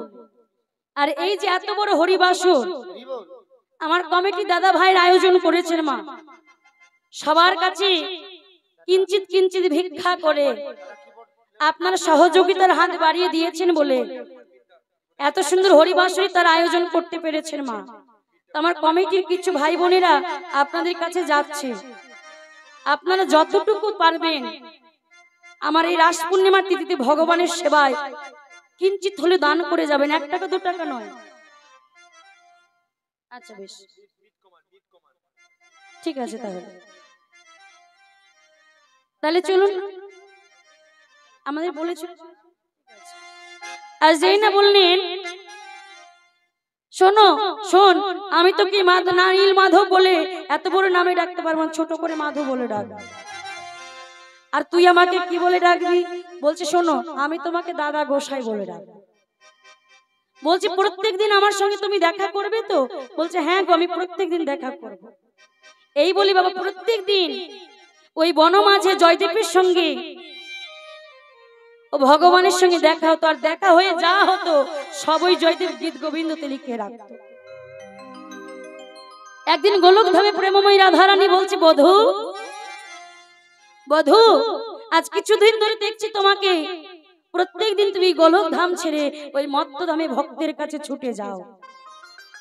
ওই মত্তধামে সে কত বড় ভক্ত যে তার কাছে প্রত্যেকদিন তোমাকে ছুটে যেতে হয়। আমিও যাব সেই ভক্তের কাছে, দেখবো সে কত বড় ভক্ত। আজ কি করলি? বলছে শোনো রাধে, আমি সেই ভক্তের কাছে প্রত্যেকদিন যাই, তবে এই বেশে নয়, ছোট্ট রাখার বালক সেজে আমি আমার ভক্তের কাছে যাই। বলছে আমিও যাব, তবে শোনো রাধে তুমি যখন এত জোর করছো আমি তোমায় নিয়ে যাব, তবে এই বেশে নয়। আর এই বেশে গেলে ভক্ত তোমায় চিনতে পেরে যাবে। তোমাকে যেতে হবে 4 বছরের বালিকা সেজে। দেখুন জয়দেবের বয়স 6 বছর, কৃষ্ণ কত বছর হলেন? 5 বছর, আর রাধাকে করলেন 4 বছর, আরো ছোট। সেই বনমাঝে রাধা কৃষ্ণ দুজনে দাঁড়িয়ে আছে, আর এদিকে ভক্তের বাদ দেখুন জয়দেব আজ যুগল দর্শন করো হবে কি বলে আজ দুটি নয়নে বাবা রাধা কৃষ্ণ যুগল নাম আজ বদনে গাইছেন আর নয়ন পথে চলেছেন। কেমন ভাবে যাচ্ছে গো? গোপাল মেরো হে गोविंद मेरो हे श्री बाके बिहारी नंदलाल मेरो हे निताई गौर हरि बोल हरि बोल गोविंद मेरो हे श्री बाके बिहारी नंदलाल मेरो हे गोपाल मेरो हे गोविंद मेरो हे श्री बाके बिहारी नंदलाल मेरो हे गोपाल मेरो हे गोविंद मेरो हे श्री बाके बिहारी नंदलाल मेरो हे भजो श्री राधे जपो श्री राधे कहो श्री राधे बोलो राधे राधे भजो श्री राधे कहो श्री राधे जपो श्री राधे बोलो राधे राधे भजो श्री राधे कहो श्री राधे जपो श्री राधे बोलो राधे राधे निताई गौर हरि बोल हरि बोल कहो श्री राधे जपो श्री राधे बोलो राधे राधे गोपाल मेरो हे गोविंद मेरो हे श्री बाके बिहारी नंदलाल मेरो हे गोपाल मेरो हे गोविंद मेरो हे श्री बाके बिहारी नंदलाल मेरो हे श्री बाके बिहारी नंदलाल मेरो हे श्री बाके बिहारी नंदलाल मेरो हे श्री बाके बिहारी नंदलाल मेरो हे श्री बाके बिहारी नंदलाल मेरो हे आज देखুন মায়েরা সেই বনমাঝে কি দাঁড়িয়ে দেখছেন ওই ছোট্ট বালিকা ওই মেয়েটিকে সাথে নিয়ে কৃষ্ণ দাঁড়িয়ে আছে বাবা অমনি বলছে এই মাধু মাধু আরে আজ এই মেয়েটাকে কোথা থেকে তুই জোগাড় করলি বলছি দাদা গোসাই এই মেয়েটা আমার পাশের পাড়ায় থাকে বলছে হ্যাঁ রে তাকে নিয়ে এসেছিস কেন বলছে ওই যে কাল তুমি আমায় একটা নতুন নাম দিয়েছো ও যখন থেকে শুনেছে তুমি আমাকে নতুন নাম দিয়েছো সেও একটা নতুন নাম নেওয়ার জন্য তোমার কাছে ছুটে এসেছে বলছে একেও নাম দিতে হবে বলছে হ্যাঁ একেও নাম দিতে হবে আর যেই না রাধারানীকে দাঁড় করিয়ে বাবা ওই ছোট্ট ভক্ত রাধারানীকে দর্শন করেছেন রাধারানী যে রূপ ছোট্ট দর্শন করে অপরূপ ভাবে একভাবে দেখে যাচ্ছে রাধারানী মনে মনে বলছে হ্যাঁ তবে কি আমি জয়দীপের কাছে ধরা পড়ে যাব ইশারা করে বলছে বধূ তুমি কিছু একটা উপায় করো নালে তুমি ধরা পড়ে যাবো যেই না বলছে ও দাদা গোসাই আরে নামটা দাও তখন থেকে দেখে যাচ্ছে নামটা দাও যেই না বলেছি শোনো আমি তোমার নাম কি দেব জানো আমি তোমার নামই দিলাম মাধব প্রিয়া তোমার নাম দিলাম মাধব প্রিয়া নামই দিলাম মাধব প্রিয়া নামি দিলাম মাধব প্রিয়া ভগবান বলছে দেখো দেখো আমার ভক্তের ভাব দেখো শোনো ভক্ত শুধু এ জন্মে নয় সে যে যুগে যুগে আমার প্রিয়া নামে দিল মাধব প্রিয়া সে যুগে যুগে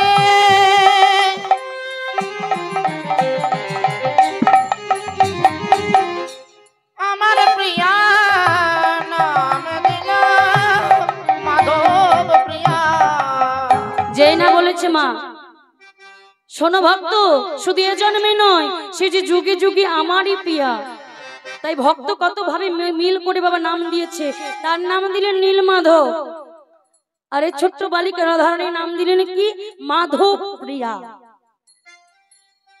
বলছি বন্ধু তাহলে আজ আমরা আসি আবার দেখা হবে এইভাবে আস্তে আস্তে জয়দেব বড় হতে শুরু করলেন আর বড় হতে হতে সে উচ্চ শিক্ষায় শিক্ষিত হয়ে পণ্ডিত হয়ে উঠল বাবা যেই না এত শিক্ষিত হলেন হঠাৎ করে জয়দেবের বাবা মারা গেল দেখুন এতদিন কৃষ্ণর সঙ্গে দেখা হতো রাখাল বালকের সঙ্গে ওই মাধু সেজে দেখা করতো ভালোই ছিল কিন্তু এই যে বললাম কৃষ্ণ ভক্তের বেশি দিন সুখ সয় না অমনি আবার হঠাৎ করে ওই ভোজদেব গোস্বামী মারা গেলেন আর যখন এই বাবাটি মারা গেল ছেলেটাই শোকটা সামলাতে পারেনি। মাটি ছোটবেলায় চলে গেছে, আজ বাবাটাও মরে গেল। ওই কদমখণ্ডির ঘাটে এনে যখন বাবার দেহটাকে দাহ করে শ্মশানে বসে আছে বাবা, বাবাটা মারা যাওয়ার পর ওই গ্রামবাসীরা ওই জমিদারের কাছে কিছু টাকা ধার করে নিয়েছিল ওই ভোজদেব গোস্বামী ওই জয়দেবের মায়ের চিকিৎসা করানোর জন্য। সেটা দিতে পারেনি বলে আজ জয়দেবের বাবা মারা যাওয়ার সাথে সাথে ওই জয়দেবকে ঘর থেকে বের করে দিয়েছে।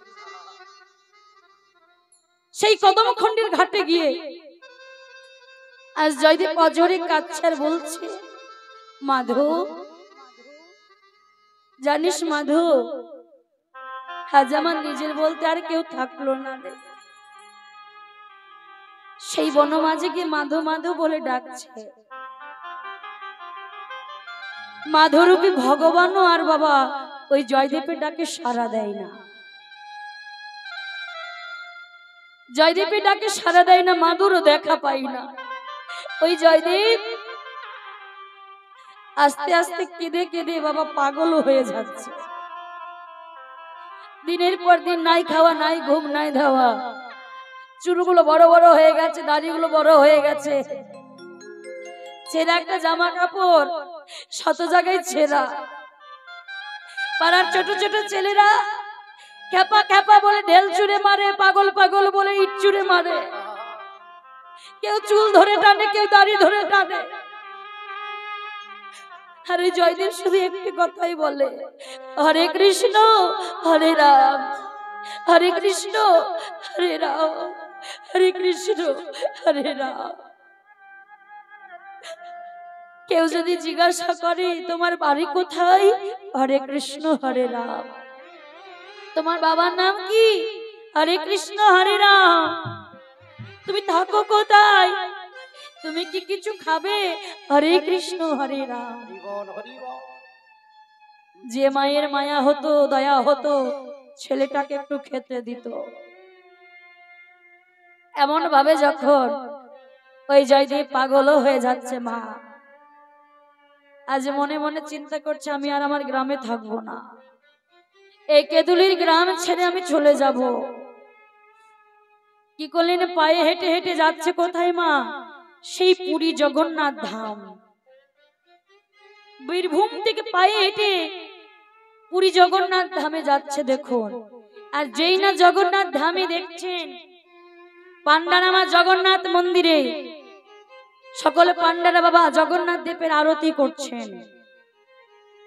যখন জগন্নাথ দেবের আরতি করছেন, মায়ের একটু ধ্বনি, জয় ধ্বনি, জয় জগন্নাথ জয় জগন্নাথ জয় জগন্নাথ জয় জগন্নাথ, উলুর ধ্বনি, জয় ধ্বনি, জগন্নাথ জয় জগন্নাথ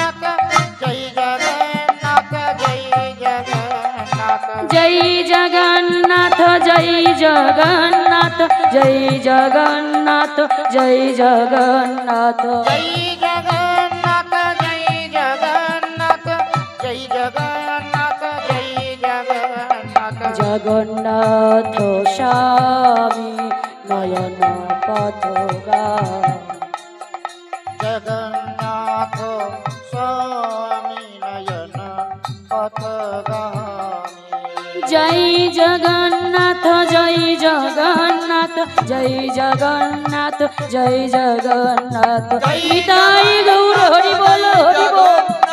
জয় জগন্নাথ জয় জগন্নাথ জয় জগন্নাথ জয় জগন্নাথ জয় জগন্নাথ জয় জগন্নাথ। যেই না জগন্নাথ দেবের পান্ডার আরতি করছেন, এমন সময় ওই খেপা জয়দেব কি বলছে, মাধু মাধু তুই এখানে? যেই না বলছে, এই মাধু, আরে ওই যে তোর ছোট ছোট হাতগুলো ছিল, ওই যে ছোট ছোট পা গুলো ছিল, এগুলো কোথায় গেল? ও মায়েরা, জগন্নাথ প্রভু আর কৃষ্ণ তারা কি দুজনে আলাদা আলাদা? কি গো বাবা, আলাদা কেউ না। যেই কৃষ্ণ সেই জগন্নাথ, মুখটা একই রকম কিন্তু প্রভু জগন্নাথের কি হাত পা আছে? কি গো, কারা কারা জগন্নাথ মন্দিরে গেছেন একটু হাত তুলুন তো। বাহ, জগন্নাথকে দর্শন করেছেন, জগন্নাথের হাত পা আছে বাবা? নেই। যেই না বাবা জয়দেব দর্শন করছে, এই মাধু এর তো ছোট ছোট হাতগুলো ছিল, এগুলো গেল কোথায়? অমনি হাসতে শুরু করেছে মা। আর তুই যে এখানে আসবি আমাকে বলে আসতিস, এই বলে ছুটে গিয়ে মা ওই জগন্নাথ মন্দিরে প্রবেশ করে একেবারে জগন্নাথ প্রভুকে জড়িয়ে ধরেছে। আর ওই পান্ডারা কি করেছে দেখুন, নিজ জাত ছোট জাত বলে, যার জাতির বিচার নেই, অমনি জগন্নাথ মন্দির থেকে টানতে টানতে বাইরে বের করেছে। ছোট জাতির ছেলে বলে আজ ওই জয়দেবকে ধরে মারতে শুরু করেছে। যতক্ষণ বেতের আঘাত করছে শুধু একটি কথাই বলে গেছে, হরে কৃষ্ণ হরে রাম, হরে কৃষ্ণ হরে রাম, হরে কৃষ্ণ হরে রাম। মারতে মারতে যখন জয়দেব আর পারছে না মার সহ্য করতে, হঠাৎ করে অচেতন হয়ে পড়েছে। পান্ডারা নিয়ে গিয়ে কি করেছে, ছোট জাতের ছেলে এই ভেবে একেবারে মা মেরে ওই পুরী সাগরে ফেলে দিয়েছে, পুরী সাগরে ভাসিয়ে দিয়েছে। আর যেই না পুরী সাগরে ভাসিয়ে দিয়েছে, ওই যে যে পান্ডারা মেরেছে ওই জগন্নাথ প্রভু সকলকে একসঙ্গে স্বপ্ন দিয়েছে যে তোমরা আমার ভাবে আমার ভক্তকে এমন ভাবে মেরেছো, এর জন্য তোমাদের কঠিন থেকে কঠিন শাস্তি পেতে হবে। এইভাবে যেই না বাবা সকল পান্ডা একই স্বপ্ন দেখেছেন, সবাই মিলে ছুটতে ছুটতে প্রভু জগন্নাথ মন্দিরে এসে দেখছেন প্রভু জগন্নাথের অঙ্গ থেকে রুধি ঝরে পড়ছে। রুধি মানে রক্ত, অঙ্গ থেকে রক্ত ঝরে ঝরে পড়ছে। কেন মা? ওই জয়দেবকে পান্ডারা যতটা বেতের আঘাত করেছে, সমস্ত বেতের আঘাত লেগেছে আমার জগন্নাথ প্রভুর অঙ্গে। নিজের অঙ্গ পেতে নিয়েছে প্রভু জগন্নাথ। দেখুন আগেই বলেছিলাম না, ভগবান সব সইতে পারে, কিন্তু ভক্তের কষ্ট ভগবান সইতে পারে না। সমস্ত বেতের আঘাত যাই না অঙ্গে নিয়ে আজ রক্ত ঝরে পড়ছে, সকল পান্ডারা ভয় থরথর করে কাঁপছে, ক্ষমা চাইছে, প্রভু ক্ষমা করে দাও, ক্ষমা করে দাও প্রভু। বলছি তোমরা অনেক বড় ভুল করেছ। জগন্নাথ প্রভুর মন্দির থেকে দৈব বাণী হচ্ছে, যাও ক্ষমা চাইতে হলে তার কাছে গিয়ে যাও। আর আজকের পর থেকে আমার পূজার ও সেবার দায়িত্ব আমার ভক্ত ওই জয়দেবের হাতে তুলে দাও। পান্ডারা বলছে, প্রভু আমরা ভুল করে তোমার ভক্তকে মেরে ফেলে ওই পুরী সাগরে ভাসিয়ে দিয়েছি। বলছে, হ্যাঁ গো, তোমরা মারার কে? তোমরা মারার কে? দেখুন কথাই আছে না, রাখে হরি মারে কে, আর মারে হরি তো রাখে কে। হরি যদি বলে আমি রাখবো, কেউ কি তাকে মারতে পারে? কি বাবা পারে না। আর হরি যদি বলে আমি মারবো, কেউ কি তাকে রাখতে পারে? পারে না। বলছে তোমরা কি মারবে? দেখো কি আমার ভক্ত ওই সাগরের কিনারায় কেমন আমার ভজন কীর্তন করছে। পান্ডারা গিয়ে দেখছে সত্যি সত্যি মা ওই সমুদ্রের ধারে আজ দুটি নয়নের জলে কাঁদছেন আর করজোড়ে জগন্নাথ প্রভুর নাম গুণগান গাইছে। দেখবেন ওই পুরী সাগরে কিছু মা নেয় না। যারা গেছেন দেখেছেন পরীক্ষা করে, হয়তো ওই সাগরে যদি কেউ একটু বোতলও পড়ে যায়, ঢেউে নিয়ে যায় ঠিক, পরক্ষণে ঢেউ সেই বোতলটাকে ফিরিয়ে দিয়ে যায়। ওই সাগরে কিছু নেই না মা, যেমন ভাবে জয়দেবকে ফিরিয়ে দিয়েছিল। সকল পান্ডারা গিয়ে জয়দেবের চরণ ধরে বলছে, জয়দেব আমরা বড় ভুল করেছি, তুমি আমাদের ক্ষমা করে দাও। আজ থেকে জগন্নাথ মন্দিরের পূজা ও সেবার দায়িত্ব তোমার। চলো জয়দেব, তুমি আজ থেকে আমাদের জগন্নাথ প্রভুকে সেবা দেবে। পান্ডারা কি করলেন, ওই জগন্নাথ মন্দিরের দক্ষিণ দিকে জয়দেবের থাকার জন্য একটা কুটির তৈরি করে দিলেন। আর যারাই জগন্নাথ প্রভুর কাছে যায় ওই জগন্নাথ মন্দিরে মা জগন্নাথ প্রভু কাউকে খালি হাতে ফেরাই না। এক ব্রাহ্মণীর সন্তান হতো না বলে ওই জগন্নাথ প্রভুর কাছে এসে মানত করে গেছে, প্রভু আমাদের ঘরে তো কোনো সন্তান নেই। আজ যদি আমাদের ঘরে কোনো সন্তান আসে, 16 বছর পর্যন্ত সেই সন্তান আমাদের হয়ে থাকবে। 16 বছর পূর্ণ হলে আমাদের সন্তানকে তোমার এই মন্দিরে দাসী করে দিয়ে যাব। তোমাকে তোমার সেবা করার জন্য এই মন্দিরে দাসী করে দিয়ে যাব। সেই ব্রাহ্মণী ঘরে জন্ম নিলেন কে? পদ্মাবতী। আর সেই পদ্মাবতীর আজকে বাবা 16 বছর পূর্ণ হয়েছে। তাই পদ্মাবতীর বাবা পদ্মাকে বলছে, মা তুই এতদিন আমাদের মেয়ে ছিলি, আজকের পর থেকে তোকে জগন্নাথ প্রভুর সেবা দাসী হয়ে থাকতে হবে। চল মা, তুই আমার সাথে চল। ওই পদ্মাবতীকে সঙ্গে নিয়ে পদ্মাবতীর বাবা চলেছে বাবা সেই পুরী জগন্নাথ মন্দিরে। গ্রাম ছেড়ে যখন অনেকটা পথ চলে এসেছে, পদ্মাবতী আর হাঁটতে পারছে না, বড় খিদে পেয়ে গেছে। খিদের জ্বালা সইতে না পেরে বাবাকে বলে উঠলেন, বাবা আমার বড় খিদে পেয়েছে, আমি হাঁটতে পারছি না, আমায় কিছু খেতে দেবে? বাবা বলছে, মারে তুই এখানে বস, দেখি বনমাঝে আমি কিছু খাবার পাই কিনা। এদিকে ভগবান মনে মনে বলছে, পদ্মাবতী আমার ভক্ত জয়দেবের সে সহধর্মিণী হবে, তার সঙ্গিনী হবে, কিন্তু তার আগে আমি একবার ঘষে মেজে যাচাই করে নি সে আমার ভক্তের যোগ্য কিনা। আমি একটু বাজিয়ে দেখে নি সে আমার ভক্তের কত যোগ্য। আহা, সেই ভগবানের কৃষ্ণ কি করে না আবার ছোট্ট রাখাল বালক সেজে, 5 বছরের বালক সেজে পদ্মাবতীর কাছে এসেছে। আর পদ্মাবতীর কাছে এসে বলছে, দিদি দিদি ও দিদি ও দিদি, দিদি দিদি বলে চিৎকার করছে। কে আমাকে চিৎকার করছে? আমি তো গ্রাম থেকে অনেক দূরে চলে এসেছি, এখানে তো কোনো আমার আত্মীয় নেই। বলছে, দিদি আমি তোমাকে ডাকছি। বলছে, হ্যাঁ রে, তুই কে? আমাকে দিদি বলে ডাকছিস? থাকিস কোথায়? কি নাম তোর? পরিচয় কি? ও বাবা, এ তো প্রশ্নের ঝুড়ি শেষ হয় না। আমার ভক্তকে তো একটা কথা বলেছিল, পাশের বাড়ি থাকি, এই বলে আমি কাটিয়ে দিতে পেরেছি, কিন্তু এ তো আমার নাম 14 পুরুষের নাম জিজ্ঞাসা করছে। বলছে, শোনো, আমার নাম হলো দীনবন্ধু ঘোষ, তবে আমাকে সবাই চেনে না। আমার দাদাকে ভালো করে সবাই চেনে, বলাই ঘোষ, তবে আমি ওই থাকি পাশের পাড়ায়। বলছে, ও মামা, ও কি দেখা যাচ্ছে?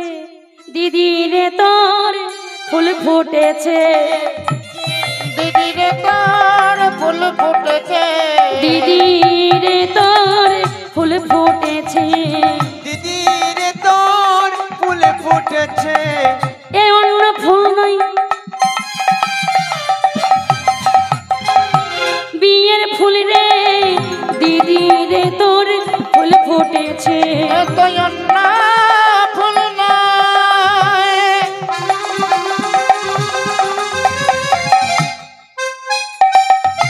বিয়ের ফুল রে, দিদি রে তোর ফুল ফুটেছে। যেই না বলেছে ফুল ফুটেছে অমনি গা বাবা চারিদিকে যাচ্ছে, কোথায় ফুল কোথায় ফুল। বলছে, ও দিদি, এ ফুল যেমন ফুল নয়, দেখো দেখো তোমার এই কপালে বিয়ের ফুল ফুটেছে। এই চুপ কর, কি বলে যাচ্ছিস বিয়ের ফুল? বলছে, হ্যাঁ গো, তোমার বিয়ের ফুল ফুটেছে। বলছে, শোনো, আমি হলাম গোয়ালা বাড়ির ছেলে, তোমার বিয়েতে যত দই লাগবে সমস্ত দই কিন্তু আমি দেব। যেই না বলেছে সমস্ত দই আমি দেব,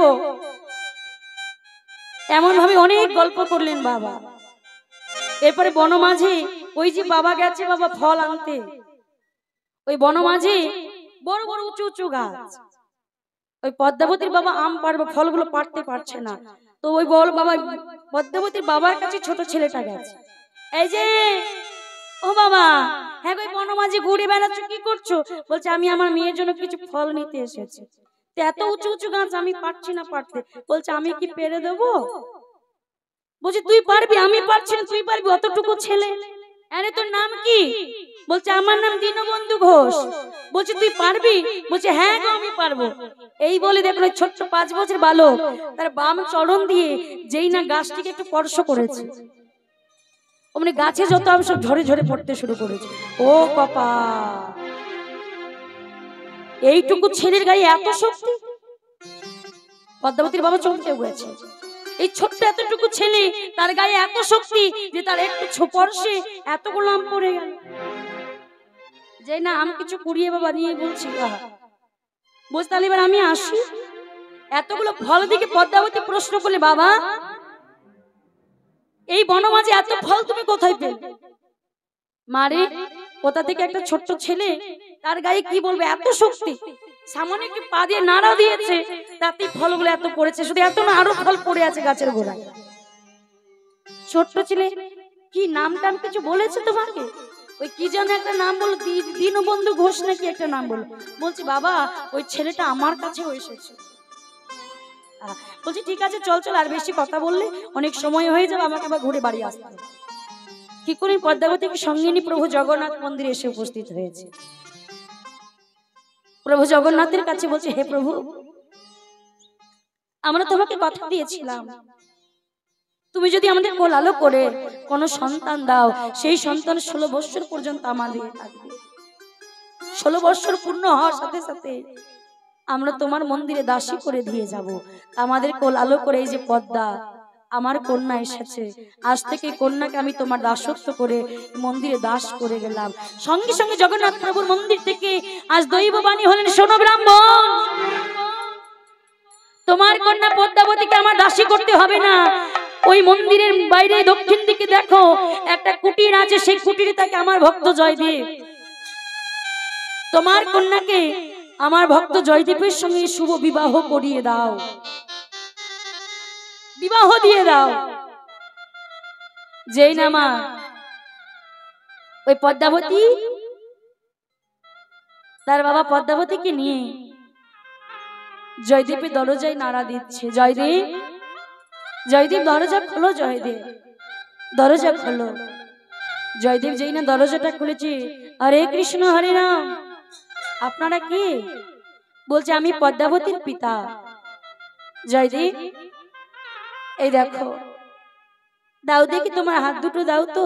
এই বলে এই জয়দেবের দুটো হাত নিয়ে পদ্মাবতীর দুটি হাত 4 হাত এক করে দিয়েছে। শোনো জয়দেব, আজ থেকে আমি তোমাদের এই 4 হাত এক করে দিলাম, আমার কন্যাকে তোমার স্ত্রী বলে তুমি পরিচয় দিও। হরে কৃষ্ণ হরে রাম। এ কি বলছেন?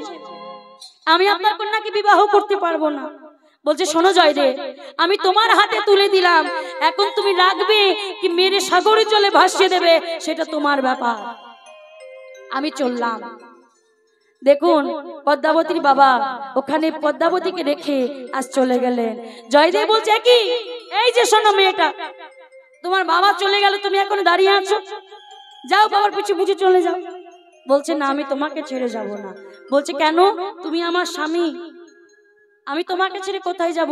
বলছে হলাম কখন স্বামী? বলছে ওই যে বাবা যখন তোমার হাতে আমার হাতে মিলিয়ে দিয়েছে তখন থেকে তুমি আমার স্বামী হয়ে গেছো। বলছে এই যে তুমি আমাকে স্বামী বলছো, কতদিন আমি খাই না জানো, মন্দিরে মন্দিরে পূজা অর্চনা করে বেড়াই। বলছে আমিও তাই করব। বলছে কত রাত আমি ঘরে আসি না, বলছে আমিও তাই করব। বলছে কতদিন হরিনাম সংকীর্তন করে মন্দিরে মন্দিরে থেকে যাই, বলছে তোমার সঙ্গে আমি তাই করব। বলছে যেমন খেপা তেমনি খেপি, মিলেছে ভালো, নিতাই গৌর হরি বল হরি বল। মিলেছে ভালো, যেমন খেপা তেমনি খেপি, মিলেছে ভালো। যেমন খেপা তেমনি খেপি, মিলেছে ভালো। ভাবের ঘরে ভাব জমাতে তোরা হলি রত, ভাবের ঘরে ভাব জমাতে তোরা হলি রত। ভাবের ঘরে ভাব জমাতে তোরা হলি রত। ভাবের ঘরে ভাব জমাতে তোরা হলি কত। যেমন খেপা তেমনি খেপি, মিলেছে ভালো, নিতাই গৌর হরি বল হরি বল। মিলেছে ভালো, যেমন খেপা তেমনি খেপি, মিলেছে ভালো। যেমন খেপা তেমনি খেপি, মিলেছে ভালো। দেখুন মায়েরা, যেমন জয়দেব কৃষ্ণ ভক্ত, তেমন পদ্মাবতী হলেন কৃষ্ণ ভক্ত। আস্তে আস্তে এই জয়দেব পদ্মাবতীকে ভালোবেসে ফেললেন বাবা। এত ভালোবাসলেন, ওই পদ্মাবতী জয়দেবকে যখনই যা বলতেন জয়দেব তাই করত। তো জয়দেব মনে মনে বলছে, না অনেকদিন হলো জগন্নাথ প্রভুর সেবায় আছি, চলো পদ্মা আজ আমরা নিজ গ্রামে ফিরে যাই। ওই বীরভূম জেলার কেতুলি গ্রামে আমার গ্রাম, চলো আমরা নিজ গ্রামে ফিরে যাই। আজ পদ্মাবতীকে সঙ্গে নিয়ে যেই না জয়দেব ফিরে এসেছে বাবা, যারা গ্রাম থেকে বার করে দিয়েছিল, ঘর থেকে তাড়িয়ে দিয়েছিল, আজ তারা জয়দেবের চরণে এসে ক্ষমা চাইছে। জয়দেব, আমাদের বড় ভুল হয়ে গেছে, তুমি আমাদের ক্ষমা করে দাও। সকলে আসছে জয়দেবের কাছে মন্ত্র নেওয়ার জন্য, দীক্ষা নেওয়ার জন্য। আর ওই জয়দেবকে ওই অজয় নদীর তীরে থাকার জন্য একটি মন্দির তৈরি করে দিলেন, যেন সেখানে তারা থাকতে পারে। তো জয়দেব ওই নীলমাধবের সেখানে সেবা দেয়, ও পদ্মাবতী জয়দেব একসঙ্গে সেখানে থাকতে শুরু করলেন। তো আজ হঠাৎ করে সেই গীত গোবিন্দ, যে গীত গোবিন্দটি জয়দেব লিখেছিল শ্লোক, আজকে শেষ শ্লোক লিখছে কি, সরগরয় অখণ্ড মম শিরসি মণ্ডল, সরগরয় অখণ্ড মম শিরসি মণ্ডল, দেহি পদ পল্লব মুদার। দেখুন জয়দেব তার গীত গোবিন্দতে সরগরয় অখণ্ড মম শিরসি মণ্ডল এই পর্যন্ত লিখেছে বাবা। আর এই পর্যন্ত লিখে জয়দেব আর কলম চালাতে পারছেন না, মুখে আসছে, পেটে আসছে, কিন্তু কলমে লিখতে পারছেন না। কেন? পরে কলিটা ছিলেন কি, দেহি পদ পল্লব মুদারা, মানে ভক্তের চরণ মস্ত ভগবানের মস্তক। এগো মায়েরা, এই শ্লোক যদি জয়দেব সম্পূর্ণ করে তাহলে হয়তো সাহিত্য জগতে সম্মান দিত, বৈষ্ণব জগতে কি কেউ সম্মান দিত? কেউ দিত না। কারণ বৈষ্ণব ভক্তের চরণ যদি মস্তকে ভগবানের তুলে দেয়, আর সেই শ্লোক যদি ভক্ত লেখে, এটা কি সাহিত্য বৈষ্ণব জগতে নেবে? কেউ নেবে না। তো জয়দেবের মুখে আসছে, পেটে আসছে, কিন্তু লিখতে পারছে না। এমন সময় বেলা গড়িয়ে যাচ্ছে, পদ্মাবতী বলছে, স্বামী অনেক বেলা হলো, আমি তোমাকে বাধা দেব না লিখতে গ্রন্থ, তুমি স্নান করে আসো, দুটো খেয়ে আবার লিখবে। পদ্মাবতীর কথা অমান্য করলেন না মা। শ্লোকটি রেখে লেখা বন্ধ করে ওই অজয় নদীতে গেলেন স্নান করতে। আর যেই না স্নান করতে গেছে, এদিকে জয়দেবের রূপ ধারণ করে ভগবান কৃষ্ণ মার পদ্মার ঘরে এসে ডাকছে, পদ্মা পদ্মা। পদ্মাবতী চমকে উঠেছে, কি স্বামী তুই সবে মাত্র এখনই নদীতে স্নান করতে গেল, এত তাড়াতাড়ি স্নান করে চলে আসলে? বলছে, স্বামী তুমি এত তাড়াতাড়ি চলে আসলে, এখন তোমার রন্ধনই হয়নি। বলছে, যা হয়েছে তাড়াতাড়ি করে আমার সেবা দাও।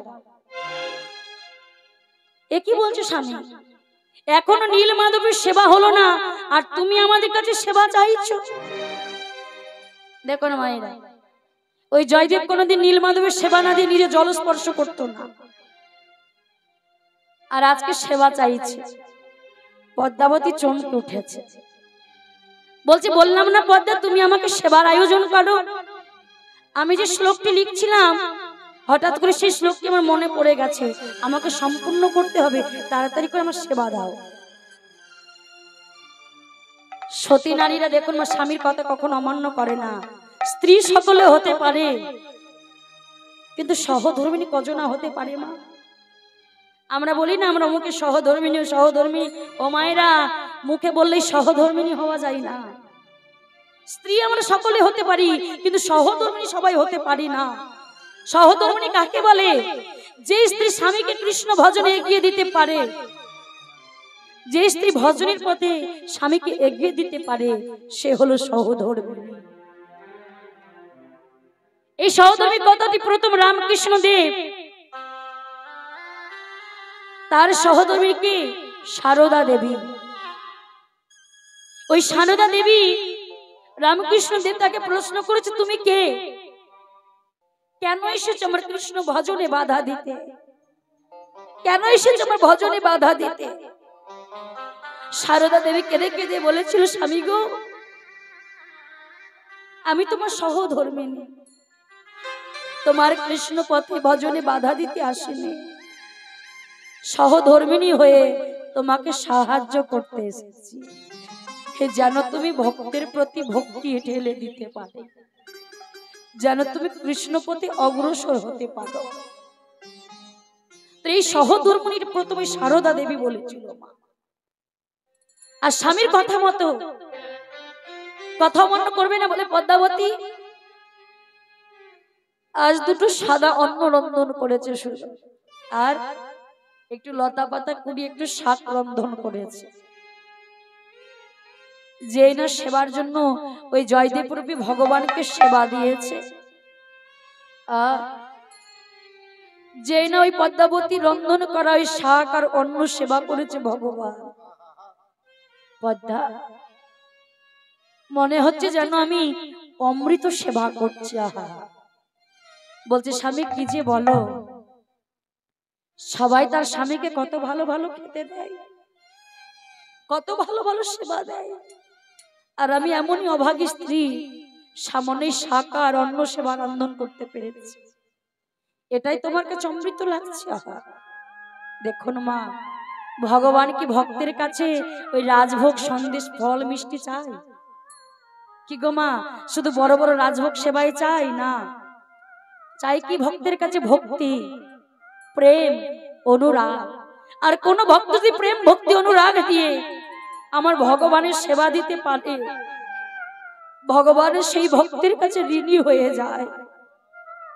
আর যখন ওই অন্ন সেবা করে পদ্মাকে বলছে, পদ্মা এবার তুমি সেবা করে নাও, এই বলে সেই গ্রন্থগারে গেলেন বাবা জয়দীপ রূপী ভগবান। আর গিয়ে দেখছেন সেই গীত গোবিন্দতে শ্লোক লিখেছে অর্ধেকটা বাবা, জয়দেব যেটা সম্পূর্ণ করতে পারেনি। ভগবান বলছে, দেখো দেখো আমার ভক্ত কত সুন্দর শ্লোক লিখেছে, কিন্তু আমি এও জানি আমার ভক্ত এই শ্লোক কোনোদিন সম্পূর্ণ করতে পারবে না। তাই আজ কি করলেন, ভগবান নিজে বাঁকা বাঁকা করে সেই শ্লোকটি সম্পূর্ণ করে দিচ্ছেন। দেহি পদ পল্লব মুদারা, দেহি পদ পল্লব মুদারা, সরগরল খণ্ডনা নিতাই গৌর হরি বল হরি বল, মম শিরসি মণ্ডলা দেহি পদ পল্লব মুদারা।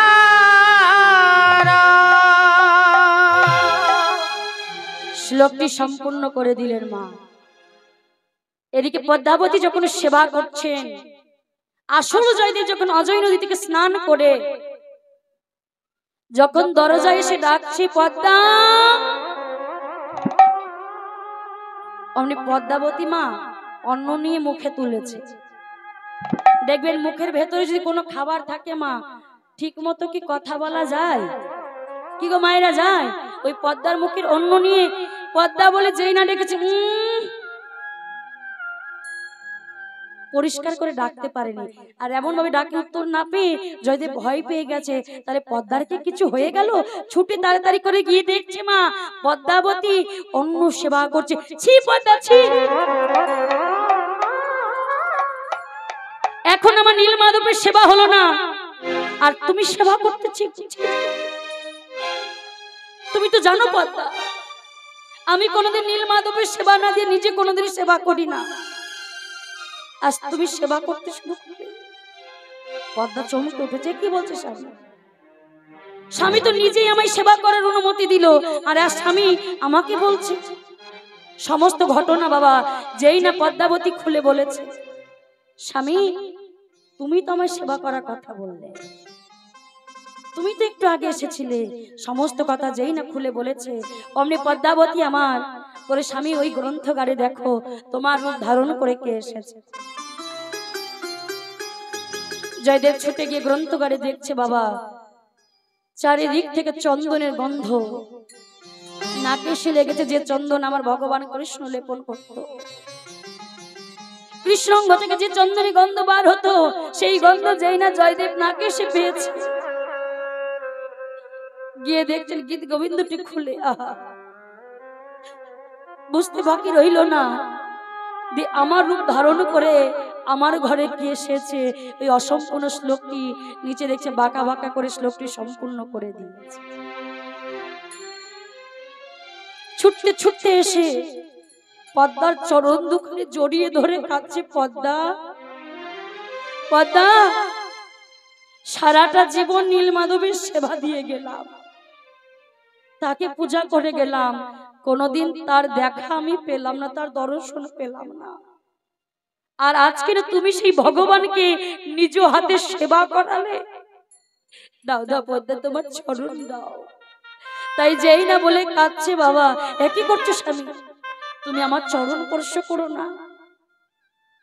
যেই না বলেছে স্পর্শ করো না, অমনি বলছে পদ্মা, তোমার মতো ভক্তের কৃপা হলে যদি আমার কিঞ্চিত কৃপা হয়, তোমার মতো ভক্তের যদি কিঞ্চিত কৃপা হলে আমি যদি ভগবানের দর্শন পাই, দাও দাও পদ্মা, আমায় তুমি প্রসাদ দাও। যে ভগবান নিজে সেবা করে সেই প্রসাদই তুমি সেবা করেছো, আর সেই প্রসাদ আজ মহাপ্রসাদে পরিণত হয়েছে। নিতাই গৌর হরি বল। জয়দেব আমার নীল মাধবের চরণে গিয়ে আছাড় খেয়ে পড়েছে, প্রভু আজ কৃপা করে তুমি যদি দেখা না দাও, তাহলে এই প্রাণ আমি বিসর্জন দিয়ে দেব, এই অজয় নদীতে এই প্রাণ আমি বিসর্জন দিয়ে দেব। যেই বলে মা অমনি কি করলেন, ভক্তের ডাকে ভগবান আমার জয়দীপের সম্মুখে এসে দাঁড়ালেন। জয়দীপ, জয়দীপ। যেই না মা ভগবান নিজে ভক্তের সম্মুখে দাঁড়ালেন, প্রভু তুমি এসেছো, প্রভু আমার মতো ভক্তের কাছে তুমি এসেছো। হে যেই না ছাড়কে পড়েছে, প্রভু গো কত কথা দিয়ে শুনিয়েছি তোমাকে, কত দুঃখ দিয়ে কথা বলেছি, আজ আমার মতো ভক্তকে তুমি কৃপা করলে প্রভু। হে যেই নজরে আজ জয়দেব কাঁদছে, মা কেঁদো না জয়দেব, কেঁদো না। আজ তোমার মতো ভক্ত আর এই জগতে তোমার মতো ভক্ত আমার আর হবে না। তাই শোনো, আমি তোমাকে আশীর্বাদ করছি, আজ থেকে এই কেদুলির গ্রাম ভক্তের গ্রাম হয়ে উঠবে। সকলের বদনে শোনা যাবে জয়দীপ পদ্মাবতীর কথা, প্রেম সে বলনি তাই গৌর হরি বল।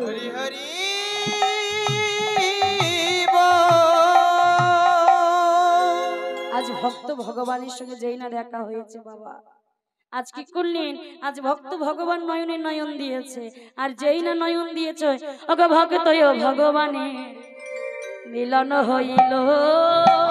নিতাই গৌর হরি বল, হরি বল। ভক্ত আর ভগবানে মিলন হইল, আরে প্রেমানন্দে বাহু তুলে হরি হরি বলো, প্রেমানন্দে বাহু তুলে হরি হরি বলো, প্রেমানন্দে বাহু তুলে হরি হরি বলো, প্রেমানন্দে বাহু তুলে হরি হরি বলো। আমি দুটো ভজন করব, যারা ইচ্ছুক নাচতে ইচ্ছুক বা নৃত্য করতে ইচ্ছুক তারা মায়েরা উঠে আসতে পারেন সামনে, বা সবাই মিলে চলুন। অনেকক্ষণ তো বসে আছি, এবার একটু উঠে দাঁড়ান তো সবাই মিলে। আর আপনাদেরকে করজোড়ে বলছি, এই যে কমিটি দাদা ভাইরা, রাসলীলা উৎসব কমিটি এই যে এত সুন্দর হরিবাসের আয়োজন করেছেন, আপনারা আশীর্বাদ করবেন যেন রাস উৎসব কমিটির সকল সদস্যরা এত বড় অনুষ্ঠানটাকে এমন ভাবে যেন এগিয়ে নিয়ে যেতে পারে। আপনারা এমন ভাবে আশীর্বাদ করবেন, এই সহযোগিতার হাতটি বাড়িয়ে দেবেন আস্তে আস্তে।